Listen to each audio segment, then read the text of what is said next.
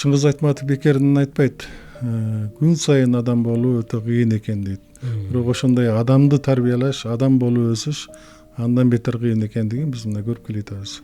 Мына телефон менен өздөрү алек болуп калып же башка нерселер менен алек болуп калып, ошо неберелерге мурдагыдай насаат айткан, жомок айтып берген чоң энелердин дагы азайганын байкадык да. Апа бүгүн атам биздин үйгө барабы дегенге чейин барышкан учур болгон. Себеби мен жумуштан кеч барсам алар уктап атат. Эрте менен эрте жумушка кеткенде алар уктап аткан мезгил болуп. Мага бир мындай ачылыштуу эме да болуп кетти да азыр айтканыңыздан. Могу урууга бөлүнгөндү көбүнчө көп эле адамдар айтып калат эле, ушул урууга бөлүнө беребиз, ушул жаманда деп жаман жагын көп угат элем да, жаманды депчи. Эми мунун жакшы жактары да көп турбайбы негизи, мындай Үй бүлөлүк тарбиялоодо дайыма жаштарга ушундай баягы мээсине куюшкан, сен өзүң өлсөң дагы сөзүң өлбөсүң деп. Ар намыска баягындай тарбиялап айтабыз да. Биздеги жанакы билимдүү эле адамдар бар, бирок аларда абийир кеткен ар намыс жок адамдар көп. Президент өтө чоң бир акча бөлүп берди эле, анан ошол акчаны Молда Касымов жеп эле жыргап жатат деп ойлойт да.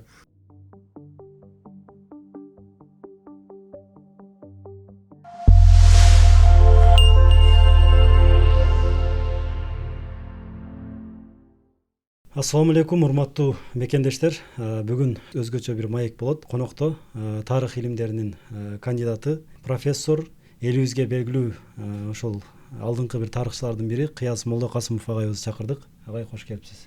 Кушак болсун. Агайды чакырганыбыздын бир канча себептери бар. Биринчи себеби бизде көбүнчө агай суроо беришет да. Ушул элибиз баягы баардык эле улут ошол өзөктөн элибиз өзүбүз балдарды кандай тарбиялаган, ушул боюнча дагы бир подкасттар чыгарсаңар деген дагы көп сунуштар болгон. Ошон үчүн кыргыздар балдарын ошол тарыхта кантип тарбиялаган, азыр кантип тарбиялайт, ушул боюнча буюрса маек кылып бериң деп чакырдык. Биринчиси. Экинчиси, агай менин агайым болот. Ошол агайдын өзүнүн үй бүлөсү менен дагы жакшы тааныштыгым бар. Адашпасам 4 уул 1 кызыңыз бар, агай.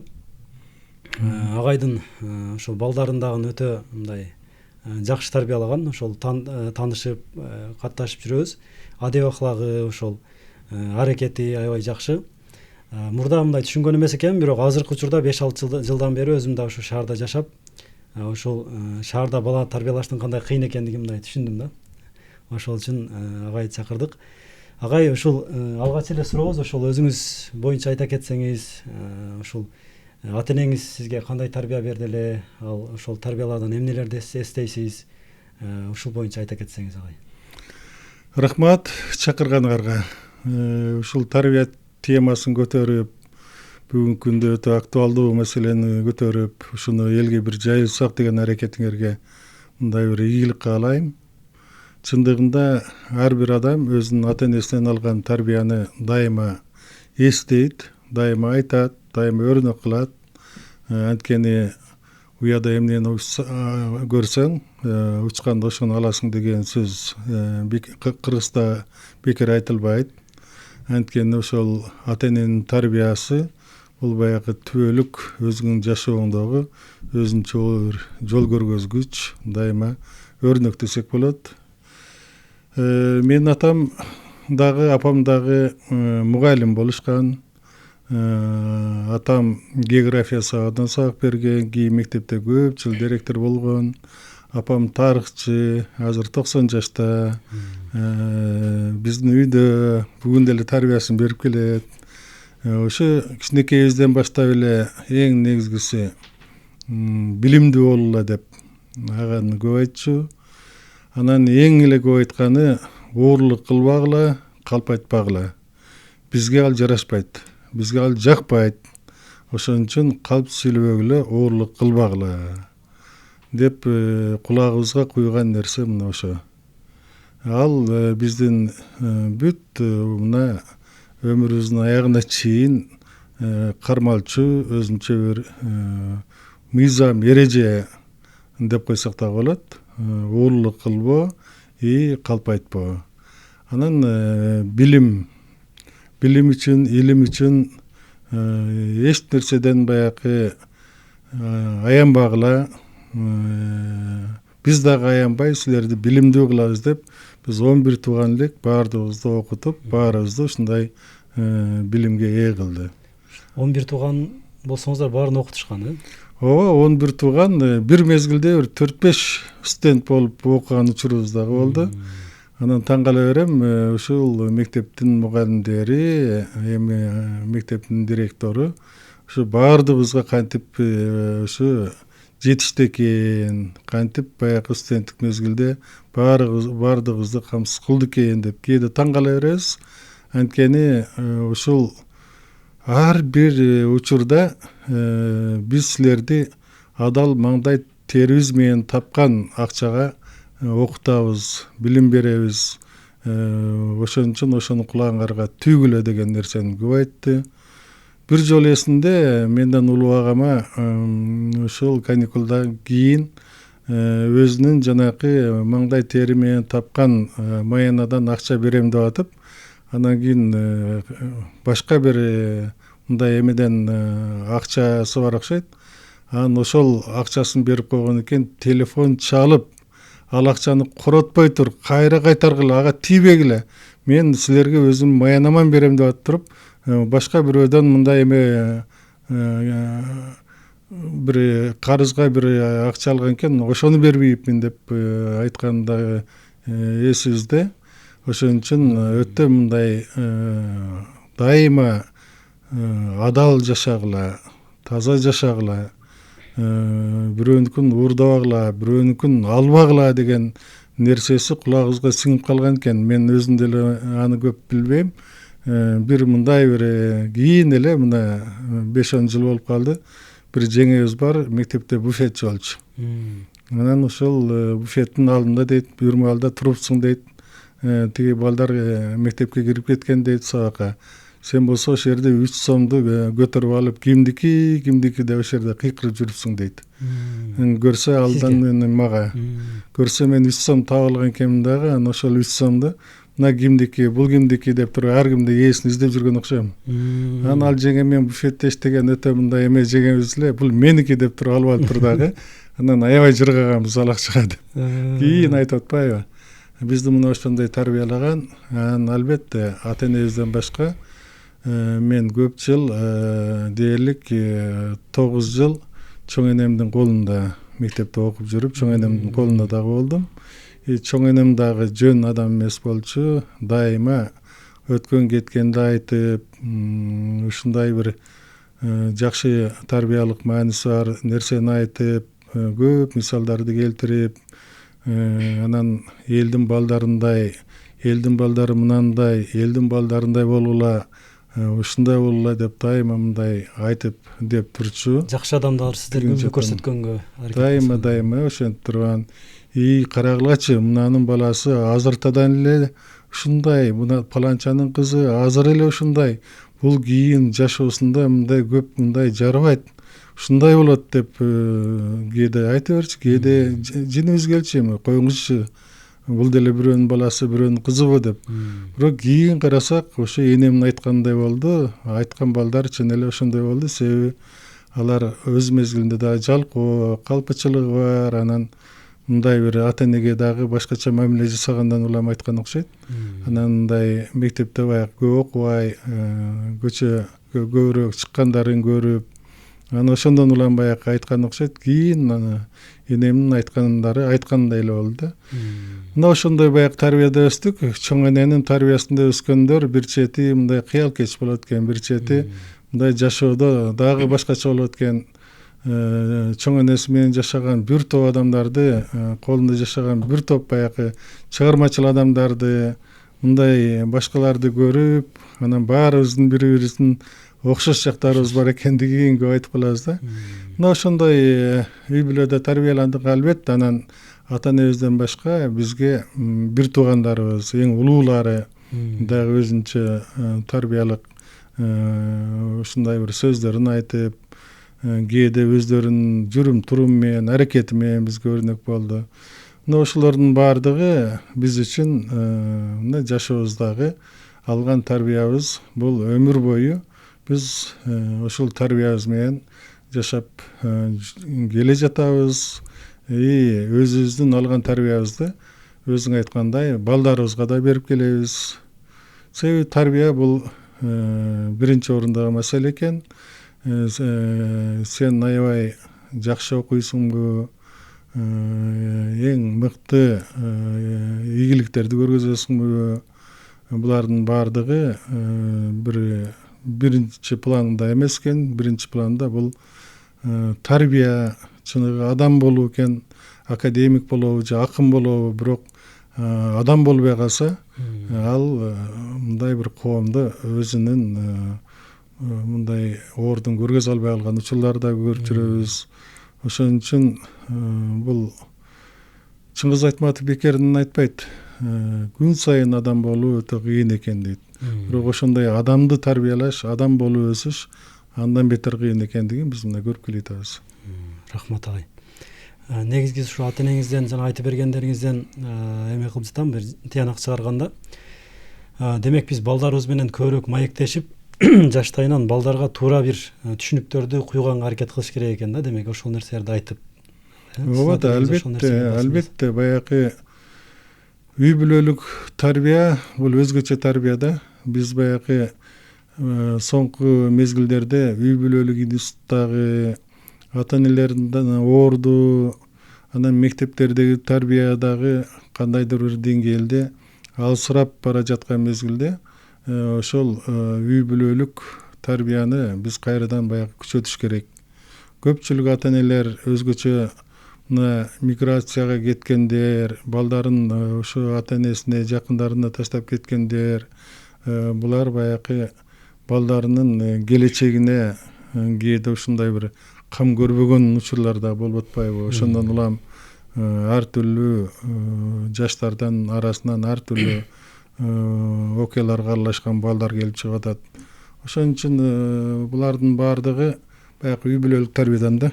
Эми ошол жалпы үй бүлөлүк институту, жалпы баланы тарбияладагы ата эненин ордун, бир туугандардын ордун дагы бышыктап карайт турган дагы учур келип атат.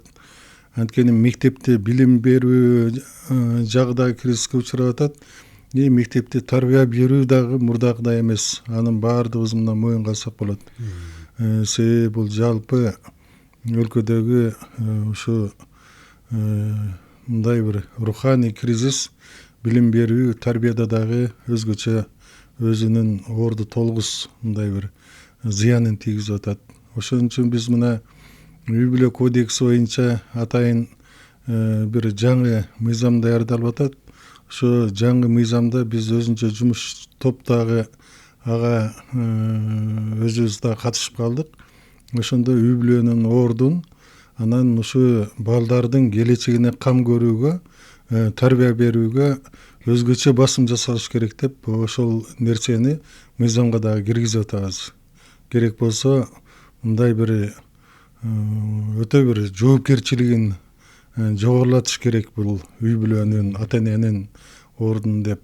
Ошону биз бүгүнкү күндө анда карап атабыз. Анан президенттин өткөн жылкы жарлыгы улуттук дем, дүйнөлүк бийиктик, оңгу жолу деген жаңы бир идеологиялык доктринаны биз оңгу жол деп жаңы кыргызча котордук. Ошол бизде идеология жоктугунан ушундай бир тарбия дагы жок болуп атат. Башка нерсе дагы алдыга кете албай атабыз деп кээде ошо идеологияны мындай шылтоо кылып бетке кармап атпайбызбы? Ошол улуттук дем, улутта жаңы бир демди, жаңы бир шыкты, жаңы бир ишенимди, жаңы бир келечекке болгон максатты мындай күчөтөлү, ойготолу. Анан ошондо гана биз дүйнөлүк бийиктикке көтөрүлө алабыз. Кайсы бир кылымдардагы кыргыздын жанакы улуу каганатындагы белгилүү учурду кайра кайталашыбыз керек. Мына ошон үчүн биз оңгу жолубузга кайра кайталы, оңгу жолубузга түшөлү, оңгу жолубуздагы эң баягы мыкты нерселерди кайра бүгүнкү күндөгү өнүгүүбүзгө пайдаланалы деген максатта биз ошол документти да иштеп чыкканга катыштык элек. Буюрса бул оңгу жол улуттук дем дүйнөлүк бийиктик оңгу жолда бүгүнкү күндө бир топ талкууга алынып атат. Ошол президенттин жарлыгы жүзөгө ашырылып атат десек болот. Демек булардын баардыгы келип келип эле коомдо бир келечекке ишенимдүү караган, билимдүү ушу жаңы бир муунду тарбиялоо менен башталат да. Ошо менен терең байланышта. Өтө сонуна кубанычтуу нерсе, мамлекеттик деңгээлде дагы бул нерсеге маани берилип аткан болсо, демек бул тараптан да буюрса өсүүлөр болот деп ишенебиз. Анан негизги эле жана айта турган нерсе, жанагы ата энебиз биз менен көбүрөөк маектешип жанагы нерседи куят эле деп айтпадыңызбы?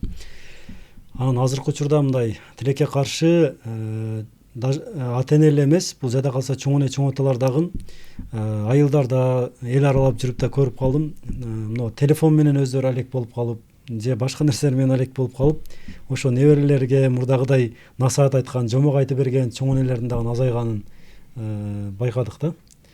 Ошондуктан бул жерде эң бир үлгү ала турган нерсе, ошол балдарыбыз менен көбүрөөк маектешсек, балдар ак барактай болсо, ошол баракка туура бир түшүнүктөрдү сиңирип кетсек, өтө бир келечекте пайдасын берет экен да, демек ага.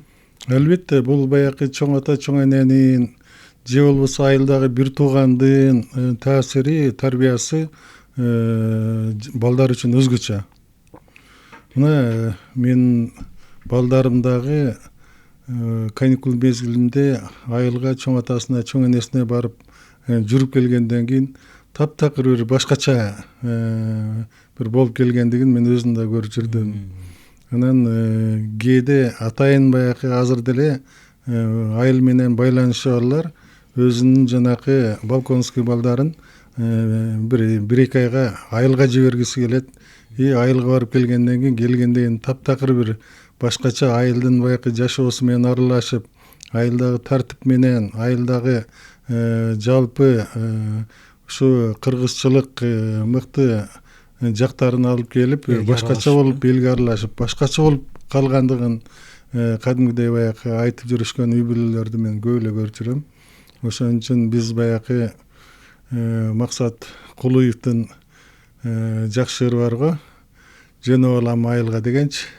Ошо сыяктуу дайыма балдарды колдон келишинче айылга жиберип турганга аракет кылышыбыз керек. Себеби айылда алар эмгектенип, анан ошол тууган уруктар менен бирге болуп, анан айылдагы ата эне, чоң ата чоң энелеринен же болбосо абаларынын сөзүн угуп, ал жактан башкача болуп келгендигин дагы көрөбүз да. Ошон үчүн мен баягы балдарымы эмгекке тарбиялаш үчүн шаарда жалкоо болуп калбасын деп, өзүң деле көрүп жүрөсүң, ушу атайын шаардын четиндеги үлүш жерими бакка айландырып, анан ошол жерге көчөт тиккенден баштап, көчөттү өстүргөнгө, суугарганга, чөбүн чапканга мен өзүм балдарымды дагы дайыма аралаштырып жүрдүм. Ушул эме сөзүңүздө эсимде дагы, кечиресиз бөлдүм. Санжар, ушул бакты мен мындай кызыккандан дагы экинчи бир жагы, негизги бир себеби ушу балдарымды эмгекке бир тарбиялайын деген максатта ушуну иштетип жатам, кылып жатам деген сөзүңүз да эсимде да. Ошол азыр кийинки суроону эле ошол боюнча берейин дегем негизи. Балдарыңызды ошол тарбиялап жатканда, ошол эмгекке үйрөтүү үчүн тарбиялап жатканда эмнелерге маани бересиз? Кандай баалуулуктарды сиңиргенге аракет кыласыз балдарыңызга? Эми мен ата энемен эмнени үйрөнсөм, ошолорду тууралыгын дагы өзүм жон терим менен сезип келем. Ошондой нерсени балдарыма бергенге аракет кылам да. Анан ата энебиз бизди дайыма жана айтпадымбы, алдабагыла, бирөөнүн акысын жебегиле, оорулук кылбагыла, таза мээнеттенгиле, таза адал жашагыла, таза жашагыла деп ошону көп айтчу да. Анан бул байлык деген колдун кири, байлыктын артынан түшпөгүлө, байлыктан дагы кымбат нерсе бар. Бул деген силердин өмүр бою мындай бир көкөлөтөт турган, бул деген силердин тазалыгыңар, адамгерчилигиңер, билимиңер, эмгекчилдигиңер, мына ушулардын баардыгына силер өзгөчө көңүл бургула деп ошону бизге көп айткан үчүн биз да балдарыбызга ошону көп айтып, өзгөчө билим алуусуна колдон келишинче мындай бир шарттар түзүп берип, ошол эле мезгилде ушу эмгек эмне экендигин, эмгек аркылуу көп ийгиликтерге жетээрин кичинекейинен баштап аларга үйрөтүп, колуна кет менен күрөктү берип, ушул бакка барып көчөттөрдү өз колдору менен эктиртип, арыктарды каздыртып, чөптөрдү чаптыртып, суугартып, мына ошондой кылган учурубуздагы ошондой бир балдарга тарбиялык жактан ошого көбүрөөк көңүл бурганга аракет кылдык. Албетте кээ бир учурларда кээде мындай бир мен жанакы Азаттык радиосунда иштеп атканда, кийин телевидениеде иштеп атканда өтө баягы иш менен болуп, балдарга кээде көңүл бура албай калган учур дагы болгон. Мына ошол мезгилде кээде менин балдарым кадимгидей 6-базар күндөрү мен үйдө болсок же чогуу конокко барып калсак, апа бүгүн атам биздин үйгө барабы дегенге чейин барышкан учур болгон. Себеби мен жумуштан кеч барсам алар уктап атат. Эрте менен эрте жумушка кеткенде алар уктап аткан мезгил болуп, мени кээде көпкө чейин көрбөй жүргөн калган учурлар дагы болуп, мына ошондой суроолорду бергенде атам бүгүн биздин үйгө келеби деп.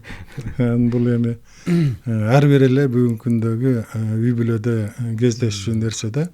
Анан ошон үчүн бирок ошол мезгилде дагы 6-базар күндөрү биз дайыма ошо дачага, эми өзүбүздүн дачабыз жок болчу, бирок менин устатым, менин агайым Кушбек Усенбаевдин дачасын биз 7-8 жыл ушу аябай жакшы пайдаландык.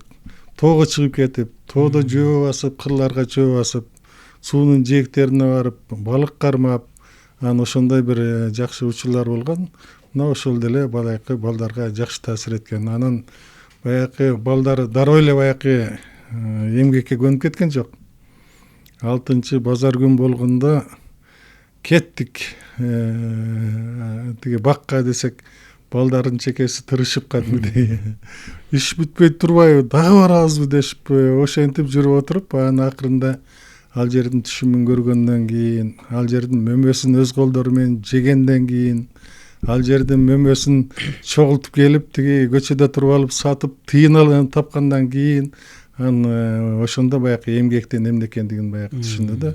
Ал эмес баягы дайыма ал жерден иштен мындай бир жадап тажап жүргөн чоң балам кийин 2 жыл ошол бакты өзү карады. Суугарды, бутады, чөптөрүн тазалады. Ал убакта шарттар деле жок эле азыркыдай. Кичинекей баягы өзүңөр көргөн баягы чатыр чата жатып жалгыз. Анан ошол жерде бир апрелде кетчү. Ошол боюнча октябрда келген учурлар болгон, суук түшкөндө. Анан ошентип жүрүп андан кийин өзүнүн кесиби боюнча эми айтишник программист, өзүнүн кесибиң боюнча иште десек, бакты ким карайт деп аяка баргысы келбей калган учур дагы болду. Анан жакшы кийин көнүп, азыр балдарым баардыгы Кудайга шүгүр тиги айтишник программист болуп, анан бир балам болсо Будапештте Бириккен Улуттар уюмунун бир кеңсесинде ал жакта магистратураны бүтүрүп, ал жакта эмгектенип атат, конкурс менен кирип. Ошо баягы балдарды канчалык тарбиясына көбүрөөк көңүл бурсаң, билимдүү кылсаң, эмгекке үйрөтсөң, чынчылдыкка үйрөтсөң, өзүнүн кыргызчылыгына бекем карманганга үйрөтсөң, бул баягы ата эненин өзүнчө бир бактысы болот экен. Жанагы агай эме боюнча жана чоң балаңыз да, мен да тааныйм, Сыргак досум болот, жолугуп турабыз азыр. Анан ошо Сыргак биз биринчи барганда ошол сиз айткандай жумуш канча көнө албай жаткан мезгил экен.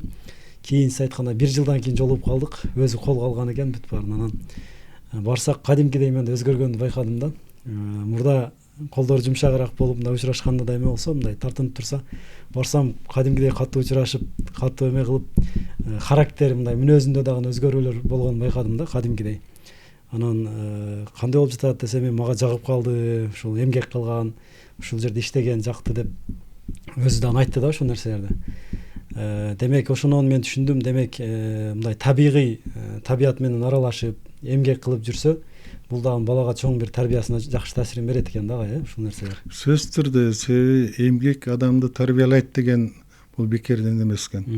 Себеби эмгек адамды тарбиялап, адамды бир башкача бир адамга айландырарын биз мына балдардын эмгекке болгон мамилесинен улам көрүп атабыз. Ал эмгекке үйрөнгөн бала, мына мен өзүм деле айтпадымбы, айылда өсүп, айылда чөп чаап, бийик жаңактарга чыгып, жаңактарды терип, алмаларды терип, баардык нерсени карап, ошентип баягы чоңойгон үчүн ошол нерсе бизде дайыма баягы жашообузда өзүнчө бир эреже катары эмгекке болгон мамилебиз түбөлүк бир башкача бир түбөлүктүү болуп атат да.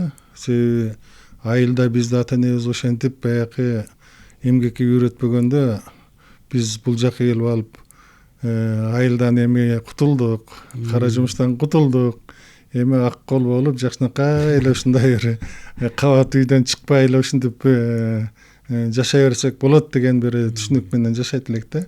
Ошон үчүн бул балдарга, азыр балдардын кулагына куябыз. Эми силердин балдарыңарды, неберелерибизди ушул жерге аябай иштетебиз. Ушул жерден аларды дагы силердей кылып тарбиялайбыз деп мындай тамашалап эметип коебуз. Алар эми өздөрү да көрүп буюрса. Негизи баягы айта кетчү нерсе, баланы бар эмгек кыл, мону кыл деп эле айта бериш эмес. Ошол жерден биз байкаганыбыз, агай дагы мен көрүп жүрдүм, ошол жеңебиз менен барышып, бошогондо эле агай дагы ошол жака бара калып, баягы өзүңүздөр дагы ошол балдарга үлгү болуп, ошол бутап, чабып, кетмен кармап иштегениңиздер дагы өзгөчө мындай үлгү жагы дагы болду да. Ошондуктан айта кетчү нерсе, кээ бирки ата энелер болуп калат экен да, эми эмгек кылыш керек десе эле бар кыл деп эле баласын түртө берет экен да. Ошондон байкадым, демек үлгү дагы бул негизги маселе экен да. Биринчи үлгү көрсөтүп, анан балдар өзүн түртсө, бул жакшы жыйынтыгын берет экен. Рахмат агай. Эми өзүңүздөр билесиздер, башында биз ошол маегибиздин башында ошол келген инсандын өзүнүн жашоосу боюнча ата энеси балдарына кандай тарбия берет, ушул боюнча сүйлөшөбүз. Анткени бул мындай жугумдуу болот да, таасирдүү болот. Эми негизги темабызга өтөбүз. Ошол агай менен чакырганыбыз себеби ошо кыргыздар балдарын кантип тарбиялаган, ушул боюнча буюрса сүйлөшсөк агай. Агай, алгачкы эле суроо ошол тарыхта ошол кыргыздар балдарын тарбиялаганда эмнелерге маани беришкен? Ошол жакта аталардын орду кандай болгон, энелердин орду кандай болгон? Ушул боюнча агай айта кетсеңиз, бөлүшө кетсеңиз. Туура, кыргыздарда дайыма тарбияга өзгөчө көңүл бурган да. Мына мен бир эле мисалды айтайын. 9-кылымда кыргыздын улуу каганаты курулганда кыргыздарга өтө бир таң калышып, ушундай кыргыздар чоң бир жеңишке, ийгиликке, ушундай чоң бир мамлекетти курганга кантип жетишти деп, мына Кытай падышалары дагы, императорлору дагы ошого өзүнчө бир кызыгышып, анан кыргыздардын арасына өзүнүн атайын баягы даярдалган адамдарын жиберип, анан ошолордун баарын изилдетет да. Анан өзгөчө кыргыздардын балдарга көргөзгөн тарбиясын көрүп алып, ошого аябагандай суктанышат. Ал жердеги эненин ордун, эне ушунчалык баягы ата сыртта болсо, эне үйдө болуп, ошол балага өзгөчө таасир эткендигин, мына ошол тарбия мурун эле болсо керек, баягы атасын үлгү кылып, атасын өрнөк кылып, атасын күчтүү инсан катары көргөзүп, атаңдай бол, мына атаң келе атат, атаңдын сөзүн ук, атаң минтип коет, атаң тигинтип коет деп балдар да кадимгидей ошого көндүргөн. Бул эне экендигин мына ошол мезгилде эле баягы көрүшкөн. Анан балдарды жаштайынан баштап жанакындай жоопкерчиликке үйрөтүп, ат жалында өскөнгө үйрөтүп, ушундай баягы чыныгы жоопкерлер даярдаганын көрөт. Анан ушу балдарга кантип, кандай тамак берип атканынан бери баягы кызыгып көрөт. Анан ошолордун баардыгын көрүп туруп, мына мен ошо тарбиялык жагын эле айтып атам да. Андан башка да көп жактары бар. Анан ошолордун баардык кыргыздын өзгөчө баягы балага, кызга тарбиясын көрүп туруп, анан ошол император өзү кол алдындагы сарайда иштегендердин баардыгына мына булардын баардыгын элге жарыялгыла, элге ушинткиле кыргыздар ушундай эле экендигин деп ошого чейин айткандыгы, ошол баягы топтогон материалдардын баардыгын өзүнчө китеп кылып чыгаргандыгын мына биз тарыхтан улам билебиз да. Тилекке каршы ошол китеп бүгүнкү күнгө чейин табыла элек. Эгерде ал китеп табылып калса, бирок ал китепте жазылган нерсени кийинки тарыхчылар мындай мисал кылып алышкан да. Мына ошондой эле кыргыздын улуу империясын, улуу каганатын курган мезгилдеги кыргыздын өтө күчтүү эл экендигине кошуналар дагы өтө таң калышкан, суктанышкан, үйрөнүшкөн керек болсо. Анан ошолордун баардыгы кыргыздардан өзгөчө ошо берген нукура тарбиясы көбүрөөк суктандырган десек болот да. Ошон үчүн кыргыздар дайыма ошол өзүнүн балдарына, өздөрүнүн кыздарына тарбия бергендиги бул кыргыздын улуу ушул бүгүнкү күнгө чейин макал лакап болуп келген сөздөрүнөн дагы мына тарбияга тиешелүү эле бир дегенде эле 100-200дөн ашуун сөздө ушундай макал лакаптар бар. Андан көрсөк болот, булардын баардыгы тээ кылымдын тереңинде айтылып, тереңинден бери сакталып келген макал лакаптарды бул жөн эле сөз катары эмес. Биз соңку мезгилдерде ошо макал лакаптарды жөн эле мындай маанисин терең түшүнбөй, жашоодо көп колдонбой, жөн эле мындай эле айтылган сөз катары көрөбүз да. Ал эми ал мезгилде кыргыздын баягы нукуралуулугу, ошол мезгилде өзгөчөлүгү, ошол сөздөрдүн баардыгына маани берип, ошол сөздү тарбиялык маанидеги сөздөрдү жашоосунда колдонгон. Мына улууну урматтоо, кичүүнү заттоо деген бул сөз бекердин эмес. Бүгүнкү күндө баягы батыштан келген туристтер болобу же батыштан келгендердин көпчүлүгү кыргыздын эмнесине мындай өзгөчө карап атасыз, кыргыздын кандай өзгөчөлүгү бар экен деп сураганда алар дароо эле айтып атышпайбы? Кыргыздарда өзгөчө ушул бизди суктандырган улууну урматтай билүү, улууга урмат менен мамиле жасоо силердин ушул өзгөчөлүгүңөр экен улуттун деп. Бул да бекерден эмес. Анан ар бир жанакы укпадым деп ушак айтпа, көрбөдүм деп уурлук кылба деген сөз деле бул тереңинде. Мисалы үчүн мына ушул адеп акылак боюнча, тарбиялык боюнча биз мына Конфуцийдин калтырган осуяттарын, сөздөрүн биз бүгүнкү күндө аябагандай бир башкача бир окуп суктанабыз го. Мындай карасак, ошо Конфуций ошондой бир акылмандыкты, ошондой бир улуу сөздөрдү кээде кыргыздардан алган деп да таң каласың да. Себеби кыргыздардын ошондой өзгөчө тарбиялык маанидеги сөздөрү башка элдерге караганда да өтө көп. Себеби жанагы 9-кылымдагы эме деп атпайсызбы? 9-кылымда Кытайлар келип изилдеп ошентип кеткени бул тарыхый булактарда жазылып калган нерсе да бул. Албетте, бул атайын китеп болуп чыккан. Ошол китепти мына 14-кылымга чейин Кытайдын көп тарыхчылары ошол китептен атайын мында сноска кылып келтирип өздөрүнүн китептерине жазып кетип атышат да. Анан мен мына Пекин менен барып, Пекиндеги Кытай тарых изилдөө институтундагы тарыхчылар менен сүйлөшкөндө дагы кыргыздар жөнүндө өтө көп архивдик документтер бар да. Ошо архивдик документтерде дагы мына ошо кыргыздардын ошол өзгөчөлүгүнө маани берилген документтер көп да. Мына ошолордун арасында тарбиялык мүнөздөгү кыргыздарга тиешелүү архивдик документтер дагы чын айтканда көп. Бул тарыхтын ар кайсы мезгилинде дагы болгон да. Мисалы үчүн мына кыргыздар жоокер калк болгон да. Анан жоокер калк болгондо кыргыздар 7 жашка чейин өзүнүн жети атасын билүүнү өзгөчө ошого маани берген. Жети атасынын билип, анан өзүнүн ким экендигин билген, үйрөткөн бул ушу Борбордук Азияда эң ошого көп көңүл бурган кыргыздар. Себеби 7 жашына чейин өзүнүн кимдигин, өзүнүн жети атасын, өзүнүн ушул жети атасына чейинки тарыхты билген жаш бала бул өмүр бою өзүнүн ушул ким экендигин баягы унутпай калат да. Бир өздүгүн өздүгүн сактап калат да. Бир ушундай бир уламыш сыяктуу өзүнчө чоң окуя бар. Аны мына казактар өздөрүнүн көркөм тасмасына да пайдаланышып жүрөт, бирок бул нукурга баягы кыргыздарга тиешелүү нерсе. Кыргыздар ушу согуш, башка уруулар, башка элдер менен дайыма согушуп жүргөн мезгилде балдарына биринчи өзүнүн кимдигин үйрөтүшкөн да. Себеби келечекте душмандар аны пайдаланып, туткунга алып кетип, анын ушу кимдигин унутканга көп аракет кылышчу да. Аны ошо бир окуяда ошо душмандар кеңешет дагы. Бул кыргыздар өтө жоопкер эл. Алар баягы оттон дагы, чоктон дагы кайра кайтпаган эл. Биз ушулардын кимдигин унутканга аракет кылып көрөлүчү деп баягы Чыңгыз Айтматовдун маңкуртундай. Кайра биз ошолорду тарбиялап туруп, кайра өздөрүн баягы талкалатып көрбөйлүбү дейт дагы.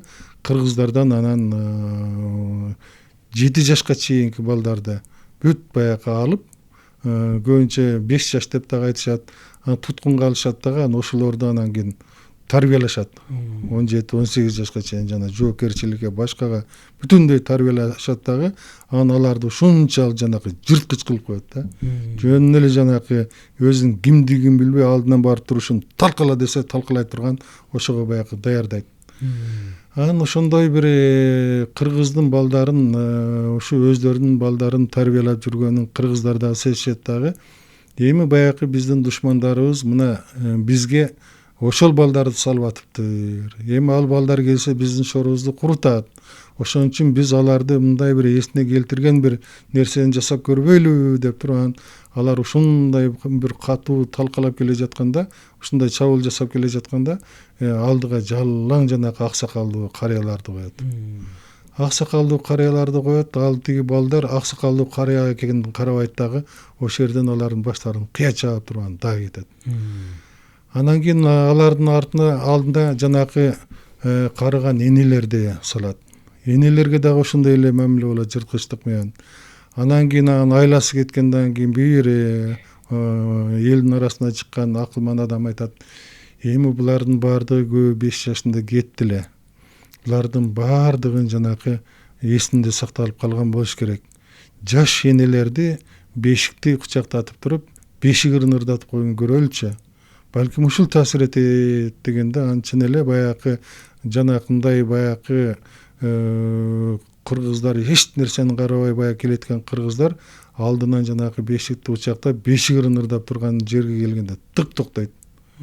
Тык токтойт дагы мында ошол жерден анан кийин өздөрүнүн баягы чыныгы ким экендигин анан ошо бешигиринен улам, анан энелердин жанагы жаш энелердин ырдап турган жерин көргөндөн кийин анан тиги жерден алар өздөрүнүн кыргыз экенин көрүп, көздөрүнөн жаштар жана төгүлүп, анан душмандардын бугаларга жасаган мамилесин көрүп, бизди ушундай нерсеге айландырган турбайбы деп туруп, ошол жерден кайра келип буркурап, өздөрүнүн ошол энесинде болгон жаш келиндерди кучактап ыйлашып, андан кийин ошондон кийин тиги кайра жууну көздөй аттанышып, бизди ушундай пайдаланган турбайдыган өздөрүн баягы алдыга салган артындагы душмандарынан талкалап кирет да. Буну ушул бешигир менен салыштырат. Экинчиси ушул эле окуяны жана комуздун күүсү менен салыштырат. Бирок комуздун күүсү болобу, бешигир болобу, булардын баардыгы жана балдарга берген, балдарынга таасир эте турган ушундай бир тарбиялык мааниси зор нерсе да. Баары бирчи комуздун күүсүн көргөндө дагы ошо токтоп, себеби жаш балдар комуздун күүсү менен, уламыш сөздөр менен, санжыра сөздөр менен, эненин ыры менен, анан ошондой ушундай баягы күнү түн айтылган манастын ушундай бир кызыктуу окуялар менен субарылган балдар эч качан өзүнүн кыргыздыгын, эч качан өзүнүн ушундай баягы тарбиясын унутпайт. Мына ушул кыргыздын баягы өткөн тарыхындагы бир тарбияга жасаган бир мындай бир дайыма эстеп жүрө турган бир өзгөчө өрнөктүү окуя да. Ушулардын баардыгын биз эмне себептен тарыхтан ушундай нерсени айтабыз? Себеби биз кыргыздын кыргыздыгын унутпаш үчүн, дайыма кыргыздыгын сактап калыш үчүн, анан жаштайынан жанакы жети атасын билип ушундай бир тарбиялык ушундай бир жолго түшүш үчүн биз дайыма өткөнүбүздүн эң мыкты нерселерин бүгүн да пайдаланышыбыз керек. Бүгүн биз баягы искусственный интеллект деп анан таптакыр башка нерсеге кеткенибиз менен биз бул кыргыз жаранын, кыргыздын менталитетинин өзөгү болгон биздин өткөндөгү руханий байлыктарыбызды сиңиришибиз керек да. Туура айтасыз агай.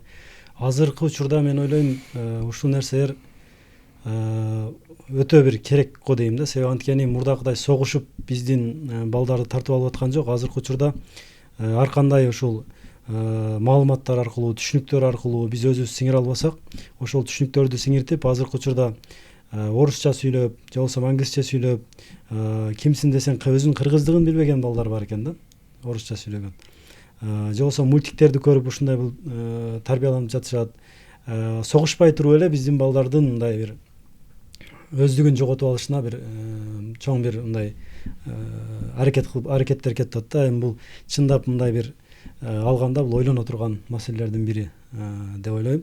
Азыр дагы сиз айткандай жети атабызды үйрөнүп, ошол бешигири, комуз, манас ушу менен тарбияланган балдар эч качан сиз айткандай өзүнүн өздүгүн жоготпойт го деп ишенебиз да.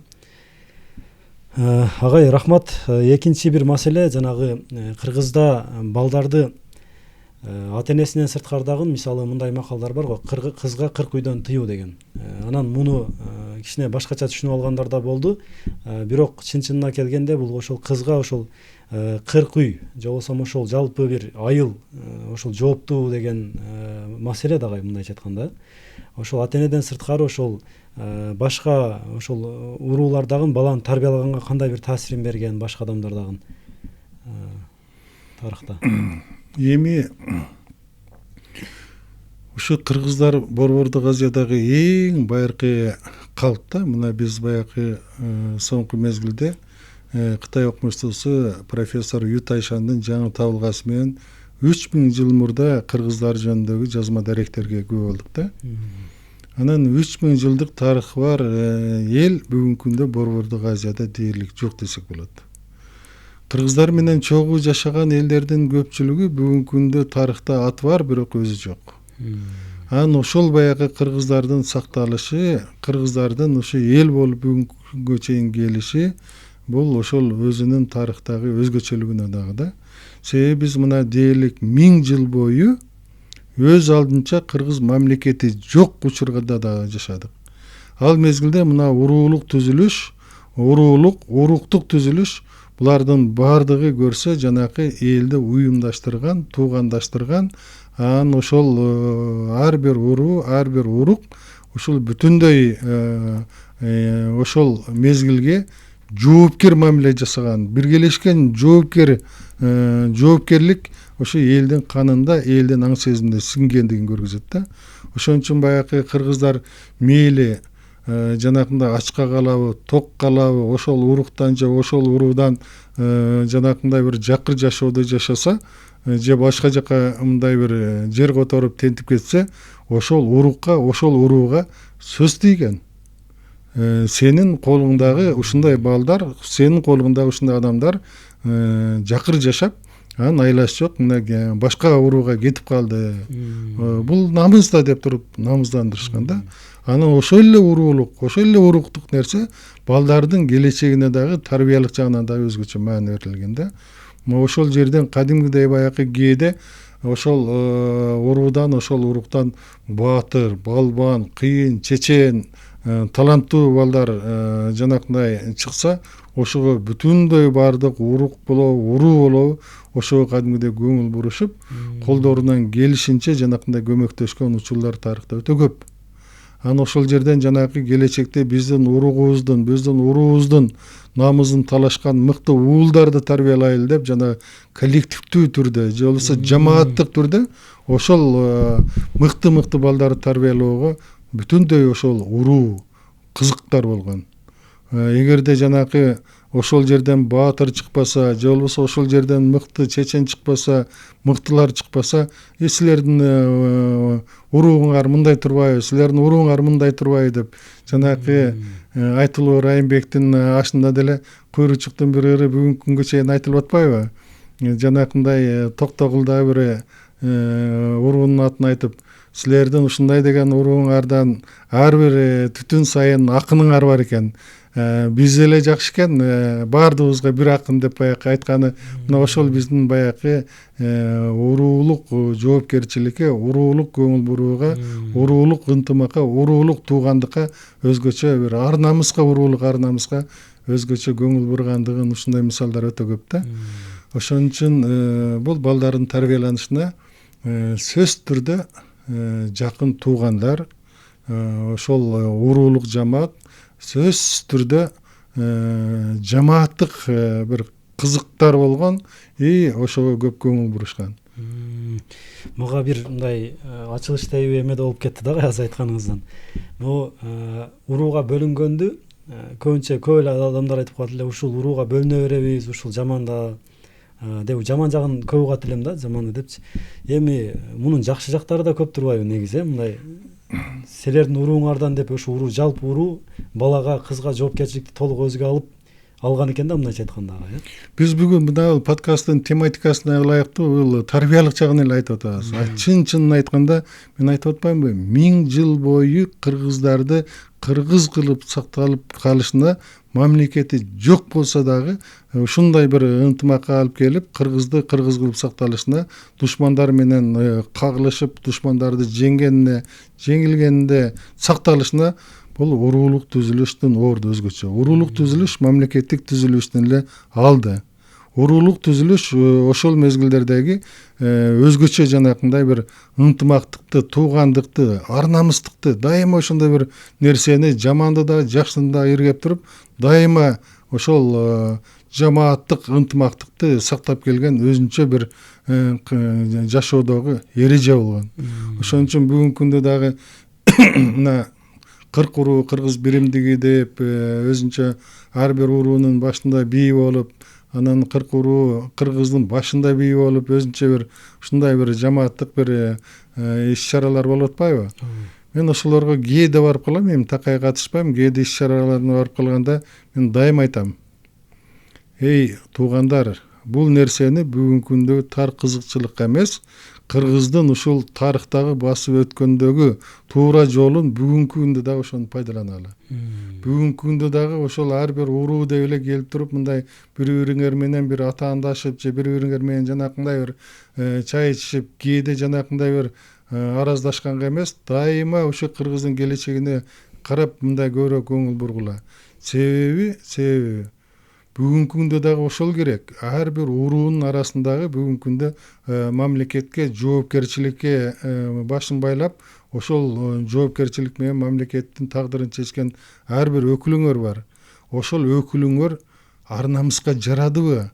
Же болбосо мамлекетти талап тоноп, мамлекетти сазга батырдыбы? Эгерде мамлекетти сазга батырып ушундай болсо, мына ошол мурдакы мезгилде кыргыздарда дайыма ошону ар намыс менен бул деген ууру, бул деген элге кыянаттык кылган, бунун жити муунуна чейин бул жакшылык көрбөйт деп уят карып, анан ошол баягы бир уруу экинчи уруу менен ошондой жагынан бир ар намысын дайыма бийик тутуп келишкен.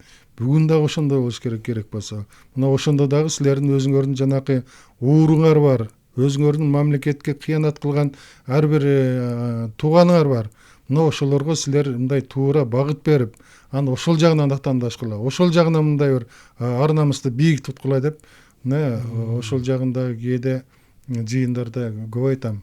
Ошон үчүн биздин баягы оңгу жолубузга түшөлү, өткөндөгү өрнөктүү учурларды бүгүнкү күндө дагы пайдаланып, анан келечекке адашпай ишенимдүү кадам таштайлы деп тарыхты мисал келтиргенибиз да ошондон да.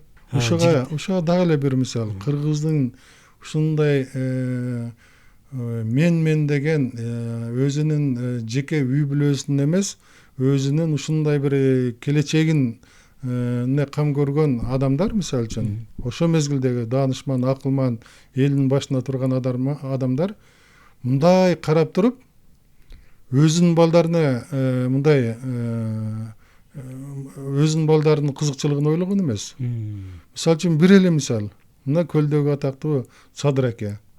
Садыр акеге мына жакшы балдарды окутуп тарбиялайлы, мектепке жакшы балдарды алып келели дегенде Садыр аке бүт баягы айылдагы идиректүү балдарды, анын ичинде Жусуп Абдырахманов керек болсо ошондой балдардын баарын чогултуп алып баратса, анын Садыр акеден сурайт да. Булардын баардыгы арасынан карасак, сиздин бир дагы балаңыз жок. Эмне себептен ушу так эле башка балдарды ушундай окууга алып келе атасыз? Өзүңүздүн балаңызга кам көрбөйсүзбү дегенде Садыр аке ошондой ачык эле айткан. Менин балдарым тың чыкмалар келечекте мынчалык тың чыкмалар тилекке каршы болбой калды.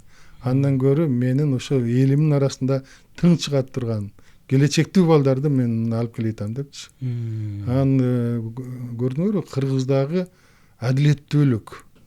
Ошо балдарды тандаганда дагы балдарды баягы кичинекейинен баштап аларды шыктандырып, аларга жанакы бүгүнкү күндө мотивация деп атпайбызбы, коучтарды ошол мезгилде ошол аксакалдар менен даанышмандар берген.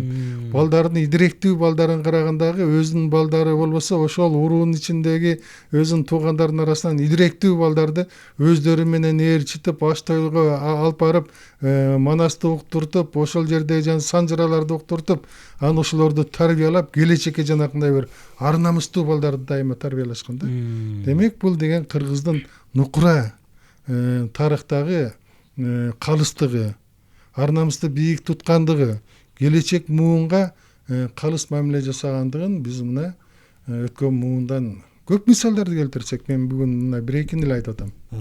Муну таң калган нерсе, бизде жигиттик, сиз айтпадыңызбы, ар намыс, анан сөзүнө туруу деген нерсе бар. Жалган айтпоо, сөзүнө туруу деген нерселер мындай өтө жакшы калыптанган да, мурда бизде өтө жакшы калыптанган. Ушул нерселердин калыптанышына дагы кандай нерселер себеп болгон, эмнелер себеп болгон? Азыр эмнеге ушул нерселер азайып кетип жатат деген. Эми ошол баягы коллективдүү тарбиялоодо, үй бүлөлүк тарбиялоодо дайыма жаштарга ушундай баягы мээсине куюшкан, сен өзүң өлсөң дагы сөзүң өлбөсүң деп. Себеби сөзгө өзгөчө маани берген.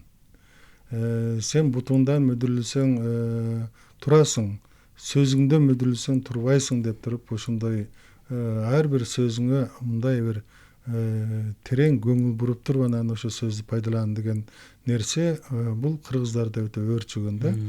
Анан жигиттин өзү жанакындай өзү өлсө дагы сөзү өлбөсүн деген бул баягы бийик ар намыска чакырган.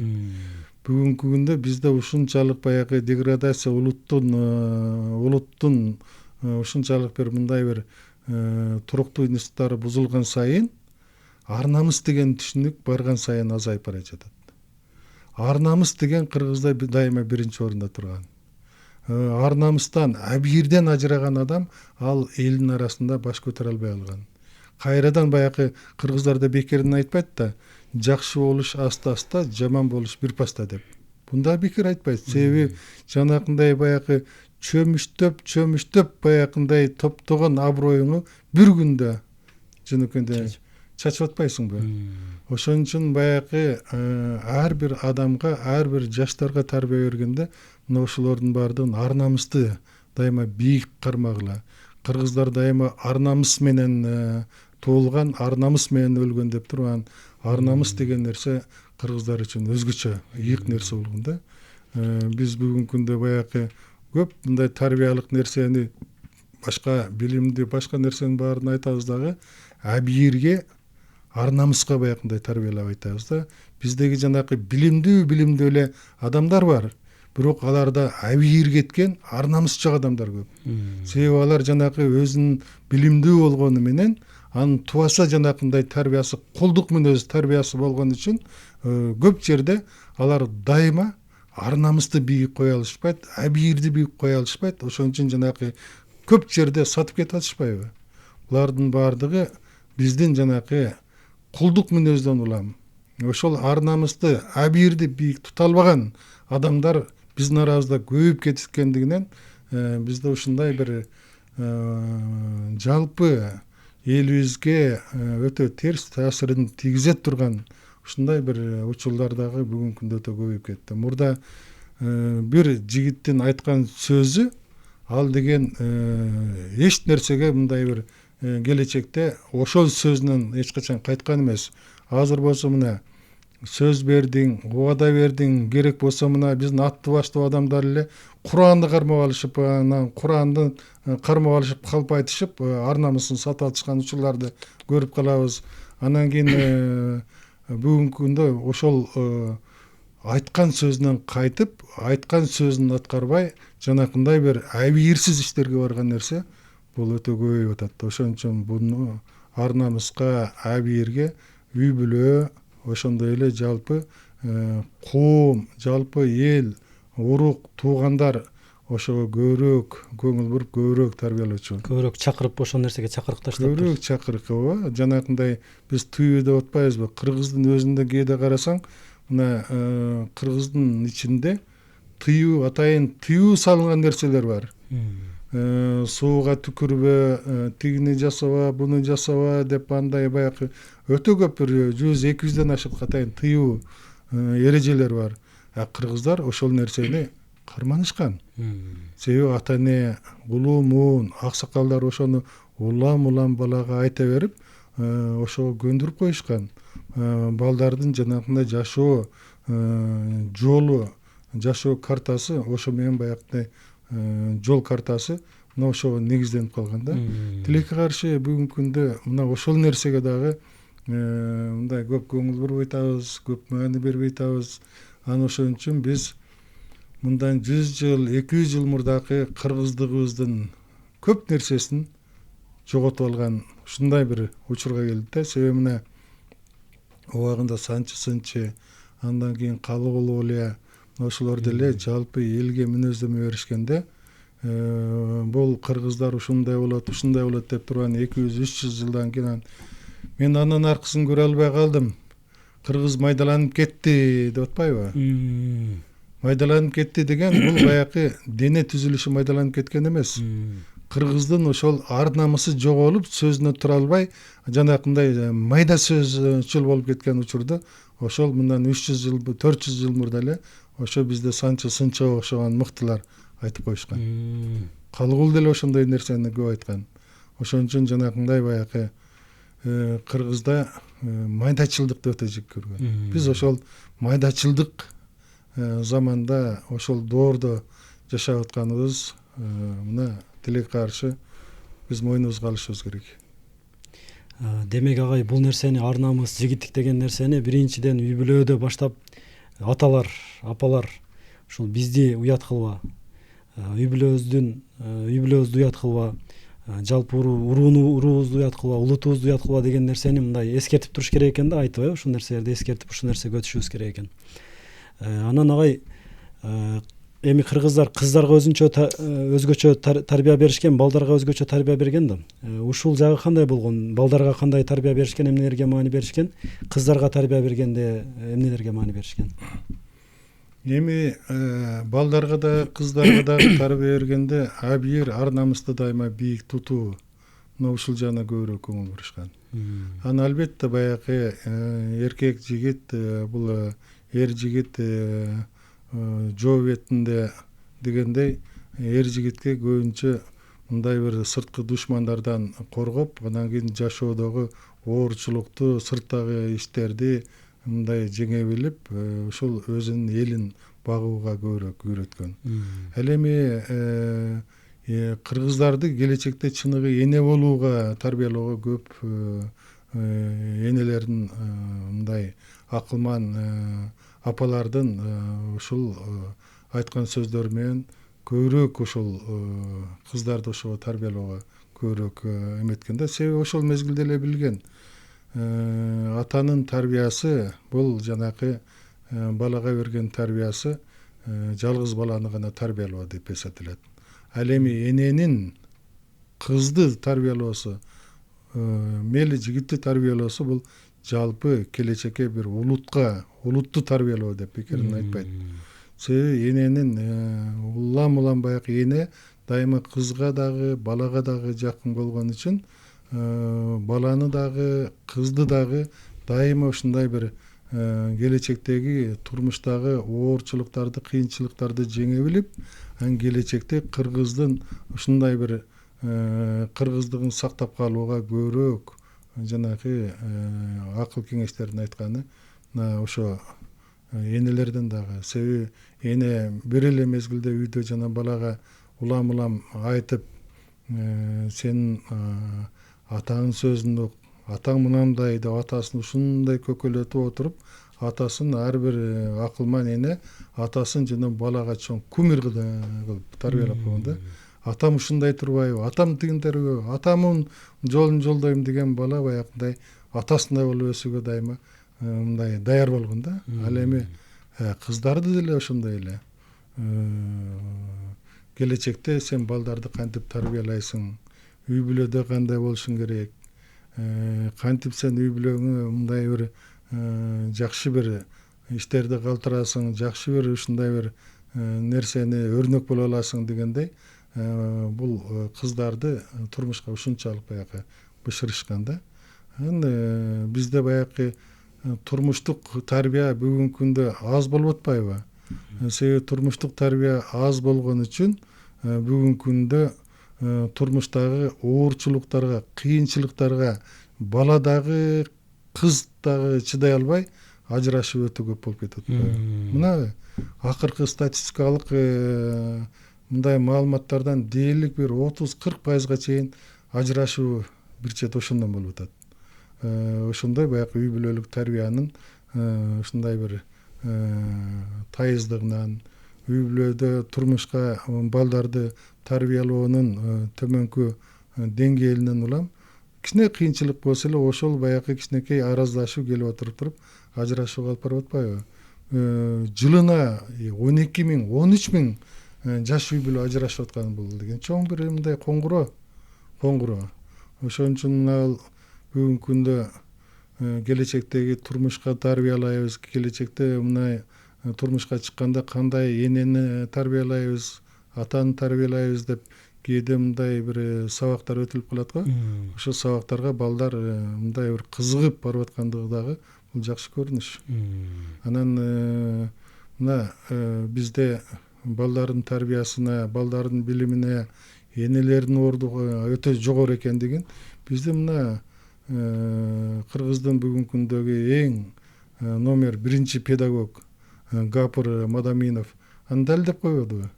Анын баягы тасмасында болобу, өзүнүн баягы айтканында болобу, балдарга ушунчалык таасир эте албай кыйналып ушинтип жүрүп, анын акырында энелер мектебин түзүп, анан энелерди окуткандан кийин ошол мектепте бир топ өзгөрүү болгондугун мына өзү далилдеп бербедиби? Мына ошол сыяктуу энелердин орду, андан кийин аталардын орду бүгүнкү күндө балдарды тарбиялоодо өтө чоң да.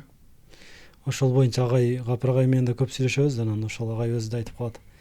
Менден көп сурашат дейт да. Эмнеге ата энелердин мындай мектеби деп ачкан жоксуз? Эмнеге энелер мектеби, аталар мектеби каякта деп эле айтыша берет дейт. Анан мен муну асмандан алган жокмун. Мен муну өзүбүздүн эле динден алдым. Динде бар эне бул медреседир деген сөз бар экен пайгамбарыбыздын. Эне бул медреседир дегенден демек эненин орду бийик деп мен ошол энелерге көп басым жасаганым ушунан деп агай дагы айтып калат да. Кээ бир үй бүлөлөрдө мындай кээде мындай ирониялык, кээде тамаша алынган бир сөздөр айтылып калат го. Ушул жашооңузда кандай мындай үйдө ким маселени чечет дегенде баягы атасы мактанып, үй бүлөдө бүт баардык маселени мен чечем, майда чүйдө маселени дайыма мына жолдошум аялым чечет, анан чоң олуттуу маселелерди мен чечем. Бирок бүгүнкү күндө 60 жашка чейин мына бир дагы олуттуу маселе боло элек жалаң майда маселелерди анын ысгарындай баягы энелердин орду майда маселелер деген өзү чоң олуттуу маселелер да. Азыркы учурда айрыкча. Рахмат агай, Сакшыбаек болду. Но бизде азыркы учурда эң маани бере турган нерсе азыркы учурдагы биз кетирип жаткан каталар. Мурда кандай тарбияладык эле, азыр кандай каталарды кетирип жатабыз? Сиз байкаган мындай бир эмне деп коет? Кечиресиз агай, бир эме кылып алсак болобу? Тыныгуу эме кылып алсак. Суу алып келип берейинби агай? Качан минут болуп кетти? Кеченки 1,5 чейин созулуп атабы? Свет таштаган. Эме болгон. Биз мен дагы устатым Кушбек Исимбаев деген тарыхчыны ооруп калды. Эми көзөтөрүн эми аз эле калган эми жаздыртып коелу. Жаман оору менен ооруп калды деп. Атайын камераны алып барып алып анан жаздыртып 2 саат ооругана карабай сүйлөп берди. Анан кийин эле бир маалда звугу жазылбай калыптыр деп. Тиги жерден да агай отуруп калды. Ашада сөгөйүн деп анан өзүмдүн карманыма. Тиги агай дагы ооруп атканына карабай түшүндү окшойт. Эми мен деле түшүнүп атам, балдарым, мен тиги көзүм өтүп кетсе сөз калсын деп жаздырып атасыңар, эми мейли кайра сүйлөп берейин деп. Баары бир биринчи жолку сүйлөгөнү экинчи жолку сүйлөгөнүндөй болгон жок да. Биринчи сүйлөгөн аябай чечилип, сонун сүйлөдү эле. Экинчисин кыйналып атып сүйлөдү. Ошону салды да кийин. Ошондой нерсе жаман. Жаман. Бизде да 1-2 жол свет өчтү эле да. Баштай берелиби? Агай, мына Кыргызда ысым коюу деген нерсе бар. Ысымды да тандап коюшкан.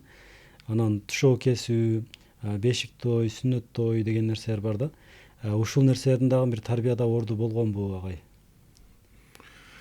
Эми булардын баардыгы кыргыздын салттарына тиешелүү да.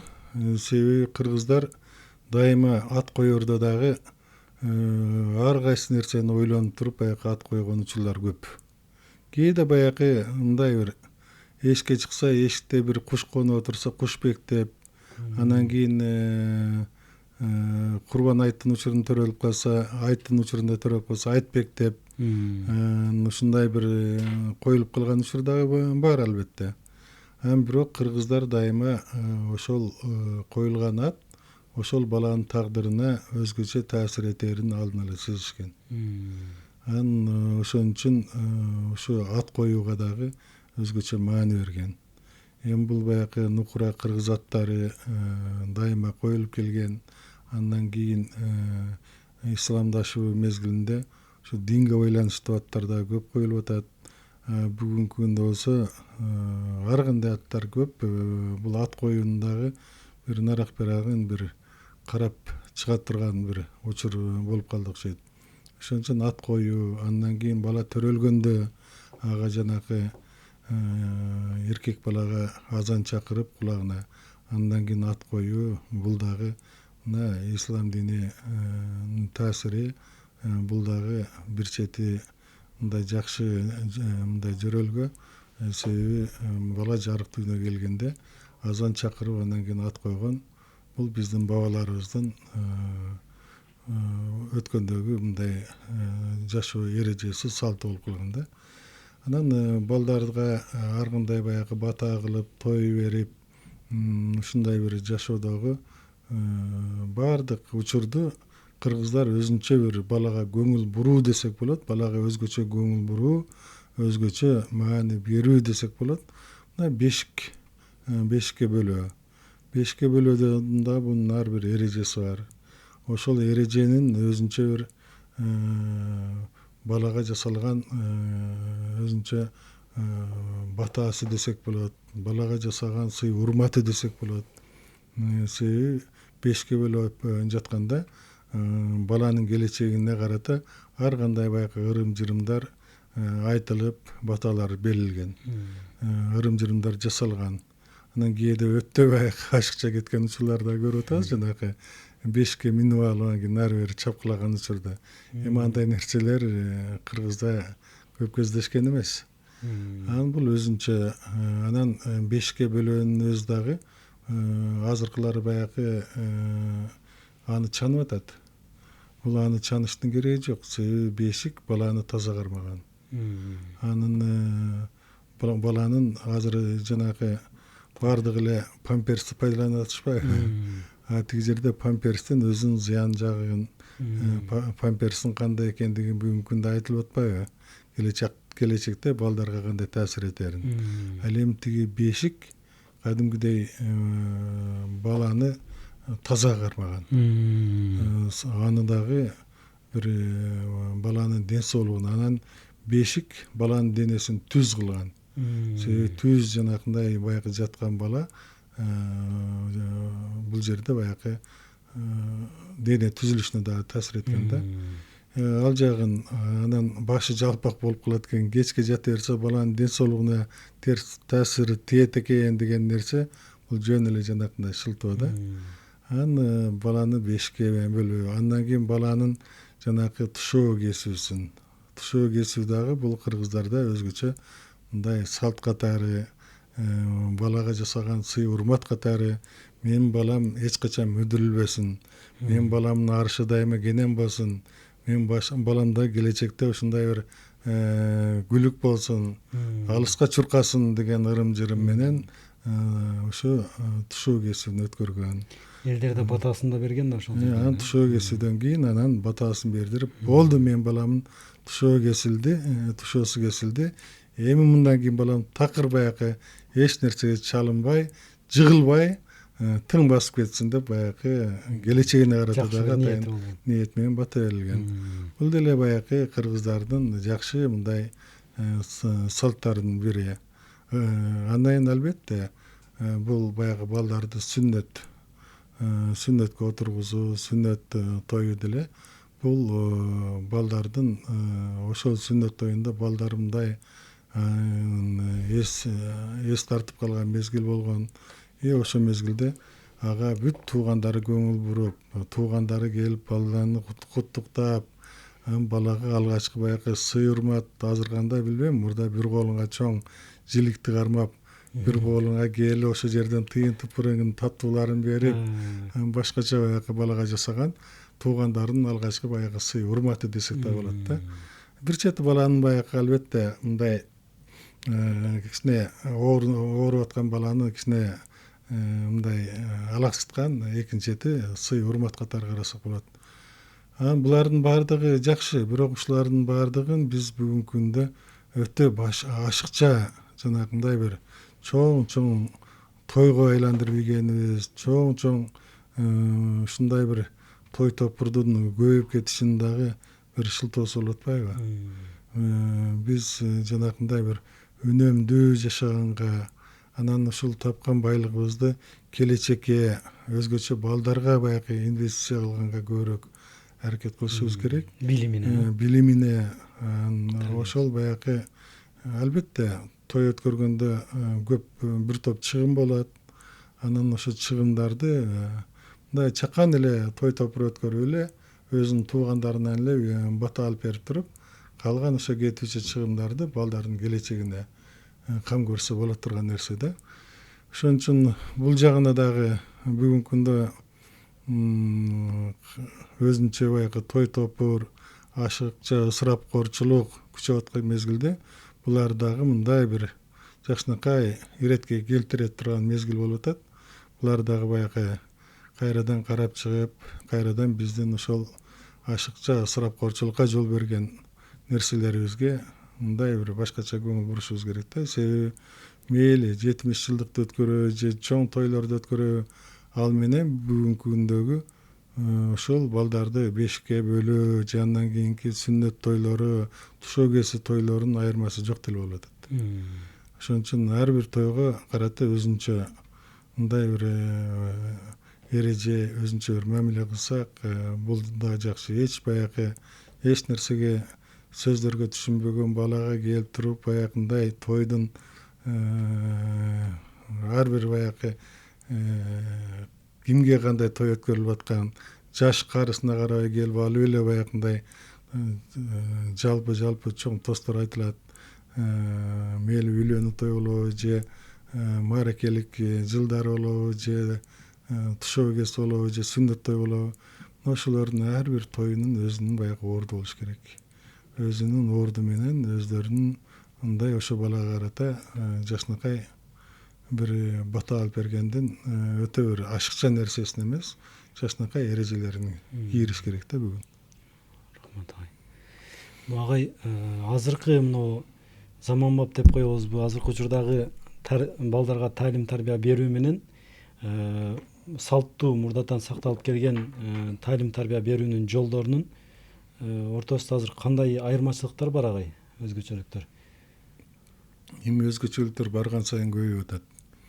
Себеби мурдакы салттуу тарбияда жалпы үй бүлөлүк үй бүлөдө чоң ата чоң эненин, тай ата тай эненин дагы орду, анан бир туугандардын орду мурда салттуу тарбия берүүдө алардын орду дагы өзгөчө болчу.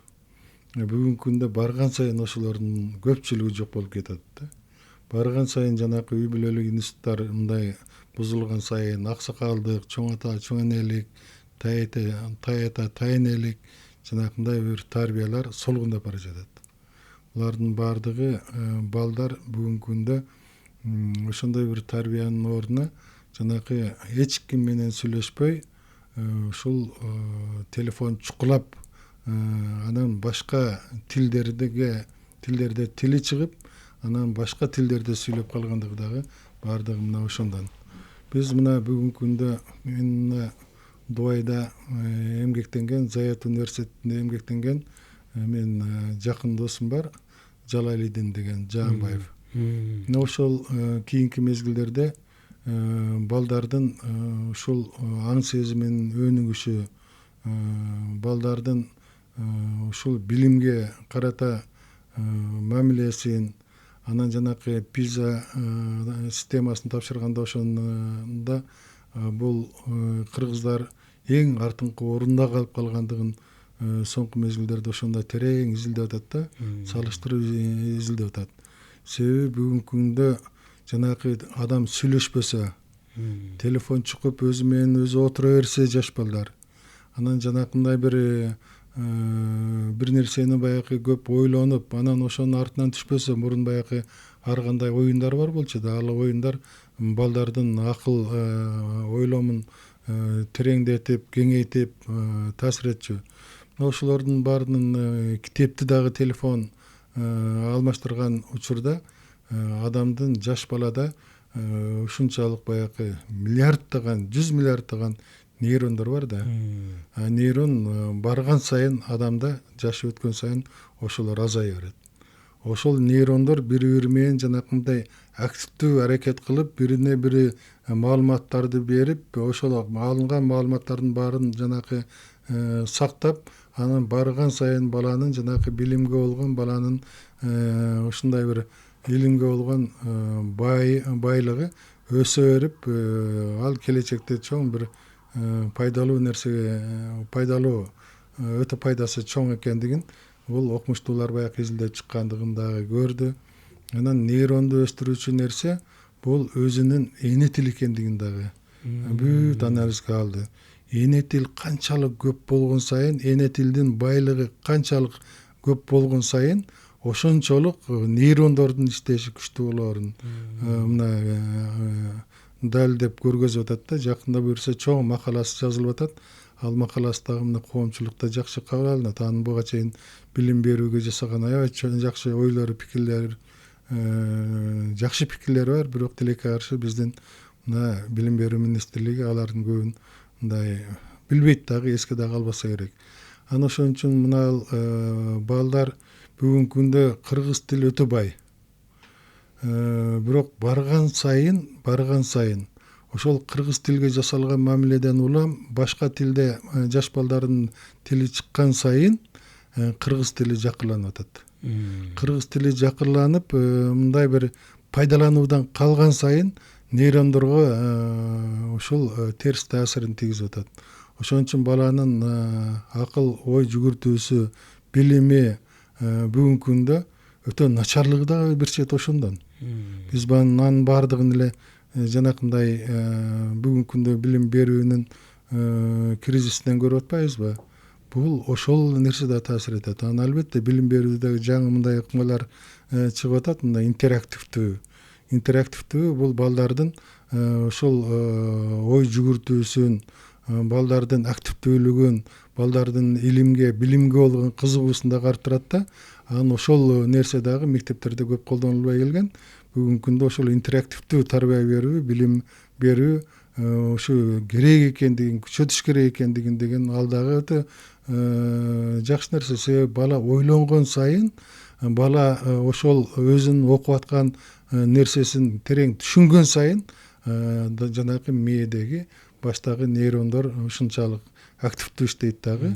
Бул баланын акыл эсинин өсүшүнө оң таасир этет да. Ошон үчүн бүгүнкү күндө мурдакы тарбия берүүдө бул дагы жанакындай бүгүнкү күндө бир өксүк нерселерди көргөзүп атат да. Анан мурда билим менен тарбия берүү үй бүлөдө дагы, мектепте дагы, жогорку окуу жайда дагы бири менен жана параллель кетчү.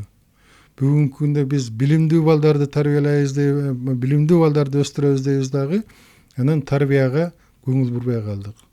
Натыйжада эмне? Натыйжада билим дагы өтө терең эмес, тарбия дагы терең эмес. Биз жанагы ара бөөк балдарды тарбиялаган ошондон келип чыгып атат да. Ошон үчүн мына биздин жанагы билим берүү системасында эми келген жетекчилер өздөрүнүн деңгээлине жараша, өздөрүнүн аракетине жараша иш жасап атат. Бирок билим берүү системасында дагы өтө терең реформа болбосо, биздин жаш муундарды тарбиялоодо биз жаңы бир секирик, жаңы бир ийгилик жарата албайбыз да. Бул жагында биз көрүшүбүз керек. Бул балдарды тарбиялоо мурда жанагы коллективдүү мүнөздө болчу да, ага жоопкерчилик ушу бала бакча, үй бүлө, мектеп, жогорку окуу жайлар, аксакалдар, туугандар, бир туугандар, ата эне ушулардын баардыгы жанагындай катышчу. Бүгүнкү күндө ошолордун баардыгы барган сайын азайып атат.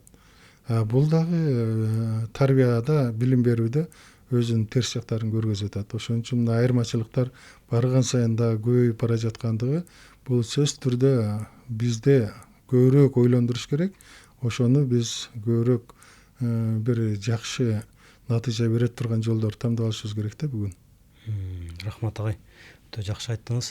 Агай, сөзүңүз арасында жана оюндар боюнча да айта кеттиңиз да. Кыргызда эми оюн менен да тарбиялаган да. Ошол кандай оюндар болгон? Сиздер жаштыгыңыздарда кандай оюндарды ойноп калдыңыздар? Ушулар боюнча да бир айта кетсеңиз, оюндарды кантип пайдаланышкан? Ооба, биз өз мезгилинде баягы ойногон оюндар бүгүнкү күндө дээрлик ойнолбой калды. Бул эми ошол мезгилде биз үчүн аябай чоң бир тарбиялык мааниси дагы, өзүбүзгө тийгизген таасири дагы өтө чоң болгондугун биз дайыма сезебиз. Ар бир мезгилге жараша оюндар болот болчу. Эрте жазда биз сөзсүз түрдө жанагы буттарыбызды чечип коюп, жаңы жанагы жер жылый баштаганда, топурак жаңыдан кургай баштаганда биз кызыл байрак ойночубуз. Кызыл байрак ойнобуз. Бул жанакындай бир чети аскердик оюн, бир чети жоокердик оюн. Бул баягы балдардын шамдагайлыгын, ылдамдыгын, жанакындай бир дене эмесине, түзүлүшүнө аябай чоң таасир эте турган чоң оюн бар болчу да. Андан кийин чөп жаңы өсө баштаган мезгилде биз жанагы чөптөн жасалган параны тебишип, ким 100гө жеткирет, ким 200гө жеткирет деп туруп ага дагы өзүнчө көңүл бурчу элек. Бул ал болсо кадимгидей жанакындай буттун дене түзүлүшүнүн баягы өсүшүнө ал деле аябагандай пайдалуу. Бүгүнкү күндө жанагы балдарда кыймыл аракет жок болуп атпайбы? Ал эми 100гө чейин тепкен бир чети бут менен көздү баягы баштаган сезимди мындай бир аракеттенүүсүн пайда кылат дагы. Бул дагы балага өзгөчө мындай таасир этет. Аны көрчүбүз. Андан кийин келип отуруп жанакы чикилдек деген оюндар бар болчу. Ал чикилдек дагы өзүнчө бир кызыктуу. Чикилдек дагы жанакындай кадимгидей бул оюндун түрү. Бул жанакындай шамдагайлыкка, ылдамдыкка, анан бир нерсени тез мындай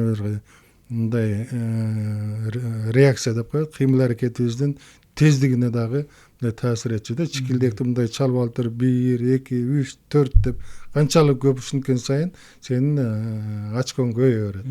Аны ойночубуз. Андан кийин кара коюм, дүмпүлдөк, андан кийин жанакы түнкү оюндар бар болчу, башка оюндар.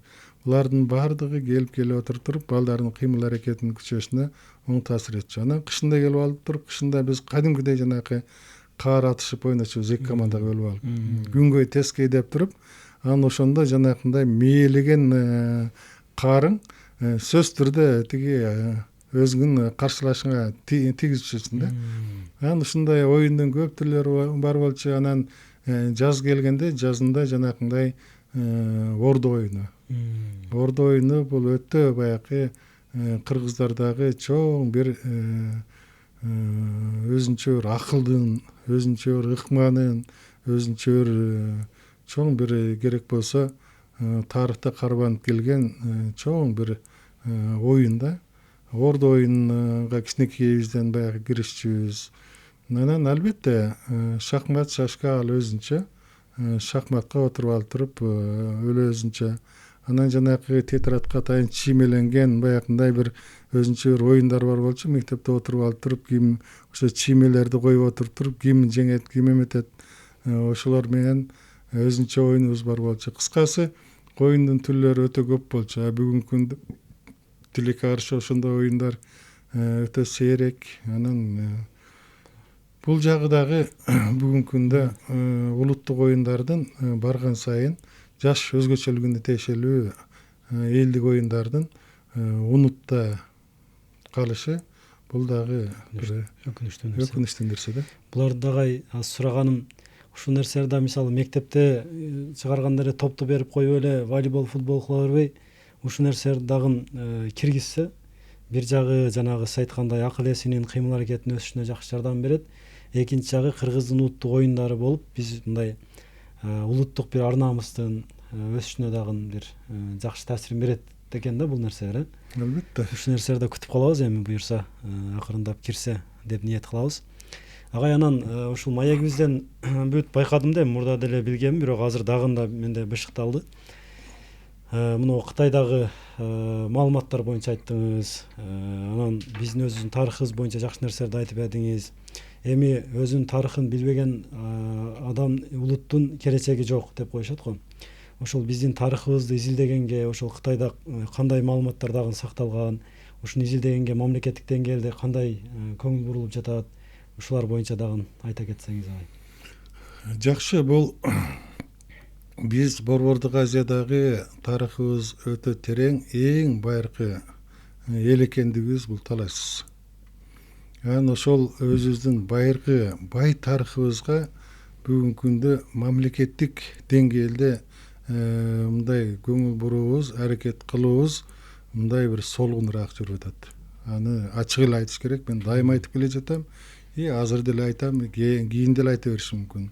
Себеби мен мына кошуна мамлекеттин тарыхчылары менен, Кытайдагы тарыхчылар менен көп жолугушуп, анан аларга жасалган мамиле менен биздин тарыхчыларга жасалган мамилени көрүп, ушунчалык бир кээде зээним кейит. Мына Кытайдагы биздин Кытайдагы тарыхчыларыбыз бүгүнкү күндө эң чоң маяны алып, дүйнөнүн кайсы өлкөсүндө болбосун, ушу мамлекет аларды ошол бардык жака жиберип, ошондой бир чоң мүмкүнчүлүктөр түзгөн. Ал гана эмес, Кытайдагы тарых изилдөө институттары жайгашкан жер бизди мындайча айтканда ак үйгө бир аз теңелип кетет да. Тарыхчылар эле отурган жер. Ал жердин аурасын көрүп алып, имаратын көрүп алып эле аны таптакыр баягы башкача карайсың. Анан кошуна Өзбекстан, кошуна Казакстандарды көргөндө деле алар мына дүйнөнүн 4 бурчундагы тарыхын чогултуп, анан ошолордун баардыгын иретке келтирип, анан китептерди чыгаруу жагынан мамлекет чоң бир каражаттарды бөлүп берген. Мен мына Казакстанга, Өзбекстанга барганда таң калам. Биз быйылкы жылы бир 10 чакты өлкөгө же 10 чакты архивке командировкага барбасак, биз штраф төлөп калабыз дейт. Биз болсо жанакы архивтерге баруу үчүн каражат таба албай, биздин баягы жаш изилдөөчүлөрүбүз айласы кетип каражаттын жомунан чыга албай отурушат. Анан ушул биздин өтө бай тарыхыбызды иретке келтириш үчүн бул мамлекеттик чоң бир программа керек. Көңүл буруу керек. Себеби мына биздин баягы тарыхты изилдөөгө көп жылдар бою эч каражат бөлүнбөй келген. Анан азыр бүгүнкү күндө деле мындай өтө бир чоң акча бөлүнө элек. Биз жаңы адистерди даярдоого коңгуроо кагабыз, бирок ошого мындай мамлекет тарабынан көп деле мындай кызыктар эмес экендигин көрүп атам да. Мисалы үчүн мына биздин Канат Абдыжалил уулу деген ошо эски Кытай тилин билип, окуп, ошого кызыгып, манжур тилин билип, ошол окуган жигитибиз мына магистратураны бүттү эң жакшы ийгилик менен. Анан ошого каражатты издеп эч жактан таба албай, акырында 1 миллион сомдон ашык Кытай тараптын өзүнөн баягы жардам сурап, ошолордун каржылоосу менен анын магистратурасын бүтүрдүк. Ал эми докторантурага келгенде азыр докторантурасын дагы окуп, Кытайдагы архивтерде дагы иштеп атат. Бизде жанагы президенттин эл үмүтү деген стипендия бар. Ошол эл үмүтү деген стипендияга 2 жыл катарынан документтерди берип, анан ошол стипендия берилсин деп мен өзүм да президентке кайрылып, министрлерге айтып, ошонсон да 2 жыл бою мына өкүнүчтүү нерсе ошол стипендия берилбей калды. Ал эми бүгүнкү күндө Канат Абдыжапар уулу мына Кытайда жашаган, квартира өтө кыйын. Пекинден биз мына 3-жылы ага квартираны өзүбүз каржылап атабыз. Өтө кымбат. Пекинде жашаган баягы үй бүлөсү менен жашаш, балдары ооруп калса доктурга кайрылыш, бул өтө кымбат. Эгерде ошого эл үмүтүн ырыылап, эл үмүтүн берип койгон болсо, ал ошол эл үмүтүнө квартирасына дагы, жашаганына дагы, иштегенине дагы ошол жактан бир топ мындай жардам болот эле да. Бизге мына 23-жылы мен 1 жылга президенттен 1 жылга акча бөлүп бериңиз деп бир 10 миллион сом бөлтүртүп алдым эле. Ошону жөн эле бүгүнкү күндө түшүнгөндөр, түшүнбөгөндөр президент өтө чоң бир акча бөлүп берди эле. Анан ошол акчаны Молда Касымов жеп эле жыргап жатат деп ойлойт да. Ошонун ар бир тыйынын эсептеп мына 3 жылдан бери ошол Канаттын жашоосуна, Канаттын Пекиндеги изилдөө иштерине ошого сактап мына сары майдай сактап 3 жылга жеткирдим, 1 жылдык акчаны. Кайра акча сурасаң эле ушул чекелери тырышып, кайра эле ушул акча дей берет деп анан баштайт да. Анан керек болсо ошол баягы Кытай тарых изилдөө институту менен келишим түзүп алгандан кийин 5 жыл бою каражат бөлүнбөй койду да. Ошол мезгилде аябай жакшы мүмкүнчүлүктөр бар болчу. Ошол мезгилде жакшы дагы иштер жасалат элек. Бирок каражат бөлүнбөгөндүктөн биз эч нерсе кыла албай отуруп калдык. Ошол мезгилде мурунку президент, азыркы президенттин учурунда да каражат бөлүнбөгөндө, анын акырында жанагы өзүң көргөн бакты сатам деп чыктым. Бир чети ошого намыздандыбы, бир чети баягы үндүбүз жаратканга жеттиби.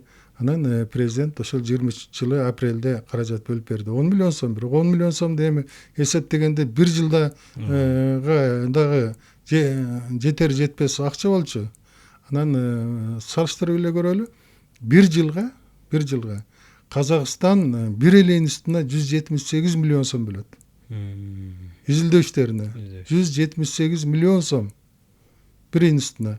Ал эми башка институттарга, университеттердин бүт бардыгынын каражатын карасаң, бери дегенде бир 400-500 миллион сом бөлүнөт. Ал эми Кыргызстанда мына бизге бөлүнүп аткан акча мына 10 миллионду мен 3 жылга жеткирдим деп атпаймынбы? Бизде ошондой бир уникалдуу мүмкүнчүлүгүбүз бар. Ошол архивдик документтерди Кыргызстанга бир чогулта алышыбыз керек да. Ушул боюнча да айта кетсеңиз агай, негизи айтып атпайсызбы, биздин тарыхыбыз буга чейин 2200 жыл деп келген. Андан кийин ошол 800 жыл кошулуп маалыматтар Кытай булактарынан сиз таап келдиңиз ал жактан. Азыр Кытай булактарында негизи сакталган канчалык деңгээлде кыргыздар жөнүндө маалыматтар болушу мүмкүн?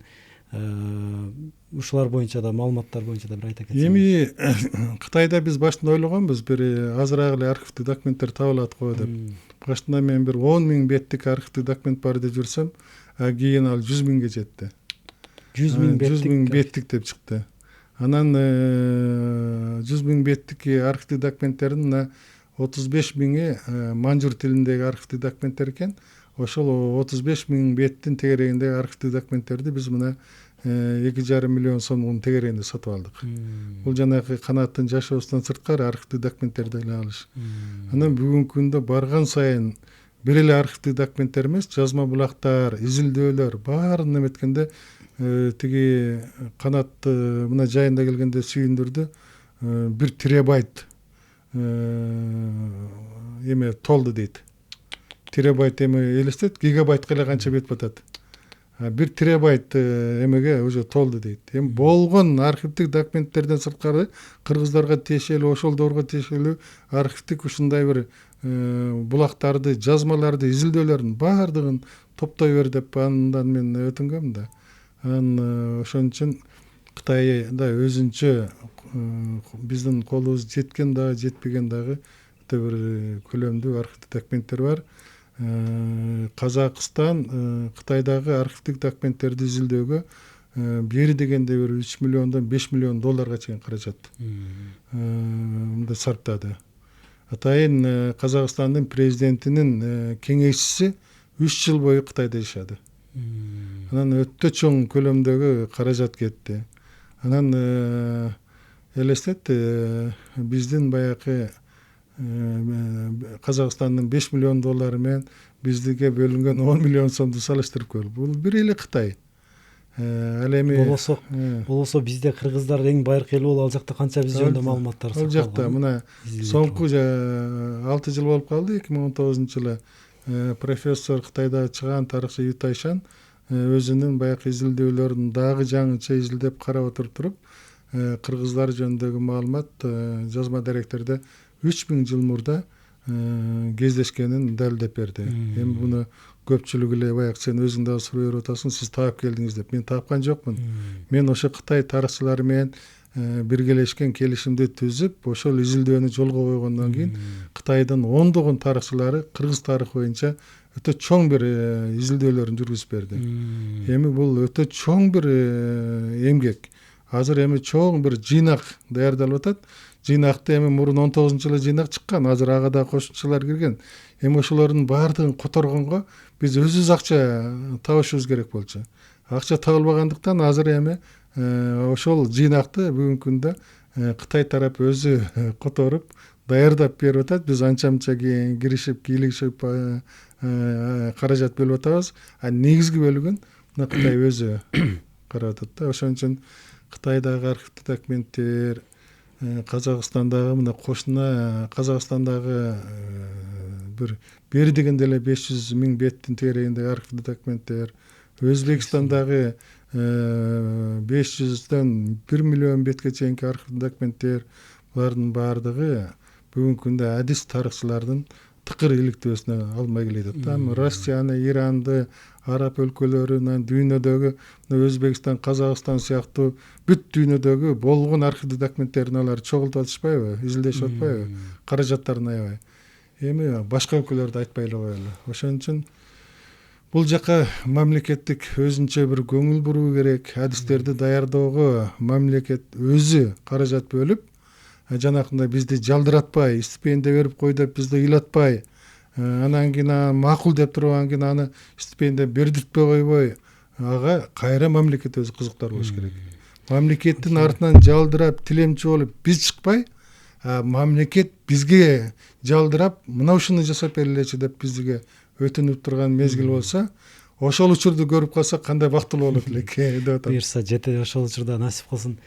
Бул жердагы эми чоң маселе да. Азыр идеологиябыз жок, тиги бул деп айтып атпайбызбы?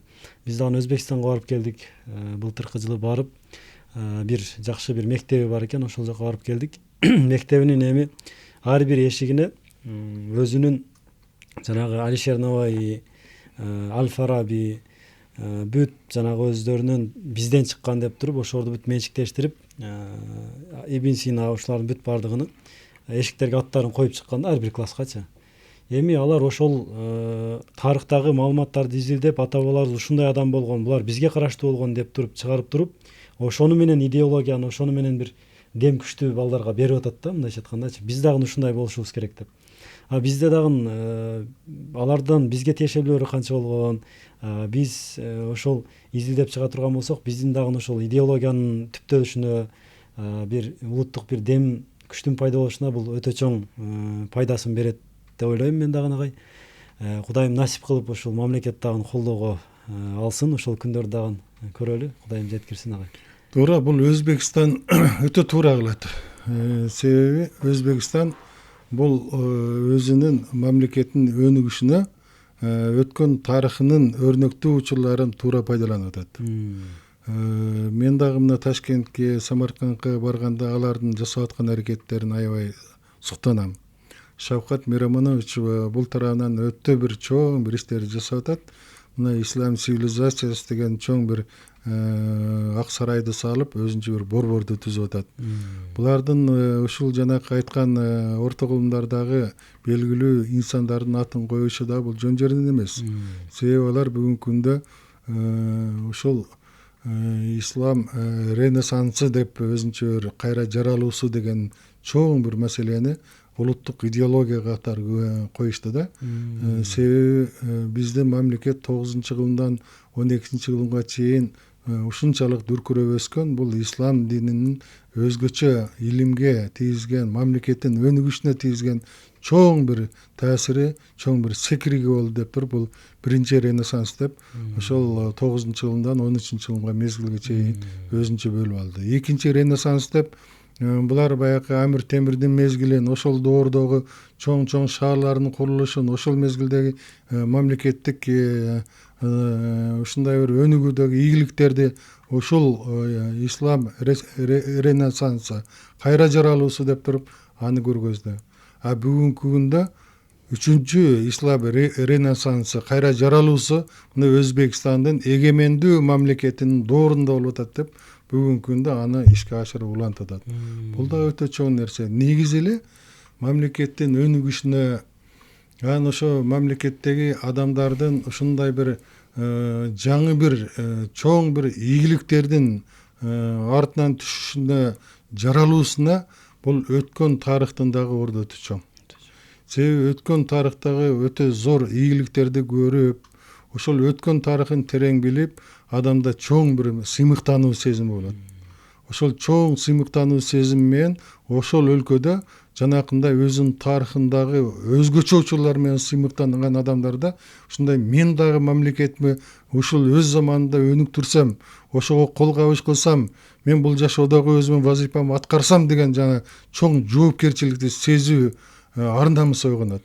Ошондой нерсе бүгүнкү күндө Өзбекстанда да, Казакстанда, өзгөчө Түркияда да көрүнүп атат да. Түркияда мына өзгөчө тарыхты терең элге жеткирген сериалдарын чыгаруу менен азыр ар бир түрктү, ар бир Түркиянын жаранын ушунчалык ойготуп, ушунчалык намыска келтирип, ушунчалык келечекке мен дагы улуу Түркиянын күчтүү болушуна мен салымымды кошом деген жаштар көбөйүп атат. Анын жолдорун издеп бүгүнкү күндөгү жаңы бир илим технологияны терең өздөштүрбөсөк, биз билимдүү болбосок, биз мындай өз салымыбызды кошо албайбыз деп туруп, илимди, билимди, технологияны мыкты билген мына жаш балдар чыгып атат. Алар бүгүнкү күндө баягы дүйнөдөгү ушунчалык баягы мамлекеттин күчтөнкөн өзгөчө жанакындай курал жаракты дрондорду чыгаруу менен Түркияны өтө күчтүү мамлекетке бүгүнкү күндө айландырып атат. Илим билимдин жанакы жаңы ыкмаларын, технологияларын өнүктүргөн жаңы бүгүнкү күндөгү санарип, жаңы программисттерди, жаңы айтишниктерди, жаңы ошондой билимдүү балдарды күчтүү кылып даярдасак гана биз күчтүү улутка, күчтүү мамлекетке айланабыз деп туруп, буларда кайра жандануу пайда болду да. Биз деле кыргыздар баягы улуу каганатты түзгөнбүз. Улуу каганат мезгилде биз балдарды жакшы мыкты тарбиялаганбыз. Улуу каганат мезгилинде кыргыздар да курал жаракты жасоо жагынан ошол кошуна мамлекеттердин арасында өрнөк болчу. Биз ошол нерсени бүгүн неге жасабайбыз? Биз бүгүнкү күндө ушу илим менен, билим менен, жаңы технологияларды жаштарга үйрөтүү менен жаңы бир секирик жасасак болбойбу деген нерсе биз өткөн тарыхыбыздан ушундай сыймыктануунун арты менен анан ошондой бир алдыга умтулуп болот да. Биз ушул жагына дагы бул тарбиялык мааниси дагы келечекке умтулуп ишенимдүү кадам жасаш, адашпай ушундай бир алдыга өсүштүн бир чоң бир мүмкүнчүлүгүн ачып берет да. Ошон үчүн биз тарыхка дагы, тарбияга дагы, билимге дагы, илимге дагы, жаңы технологияларды өздөштүргөнгө дагы биз өтө жакшы көңүл бурушубуз керек. И ошого эң негизги приоритет катары, артыкчылык катары мамиле кылышыбыз керек. Ошондо гана биз келечекке мындай бир камыл көргөн болобуз да. Туура айттыңыз агай. Түркия боюнча, Өзбекстан боюнча мен да байкадым, айрыкча Түркияда сиз айткандай ошол нерсени көтөрүп буларга көп жыл болду дейм, ал нерсени баштаганына көп жыл болду. Азыркы учурда ошол селжук байрактардын чыкканы, ошол илим технологиянын өнүгүп атканы, ошол арттан берилген жанагы идеологиянын, духтун жардамы менен ушул нерселер болуп жатат дейм, мындайча айтканда. Агай, рахмат сизге, ушунчалык өтө сонун маек куруп бердиңиз. Аллах ыраазы болсун. Ушул балдарыңыздын жакшылыктарын көрүңүз. Элге, журтка кызмат кылган мыкты инсандардан болсун. Өзүңүз дагы ден соолукта болуп, ушул элибизге, тарыхыбызга жакшы бир жаңылыктарды алып келип, жакшылыктардын үстүндө жүрө бериңиз агай. Рахмат. Рахмат. Айтканыңыз келсин. Өзүңөргө да ийгилик. Рахмат агай.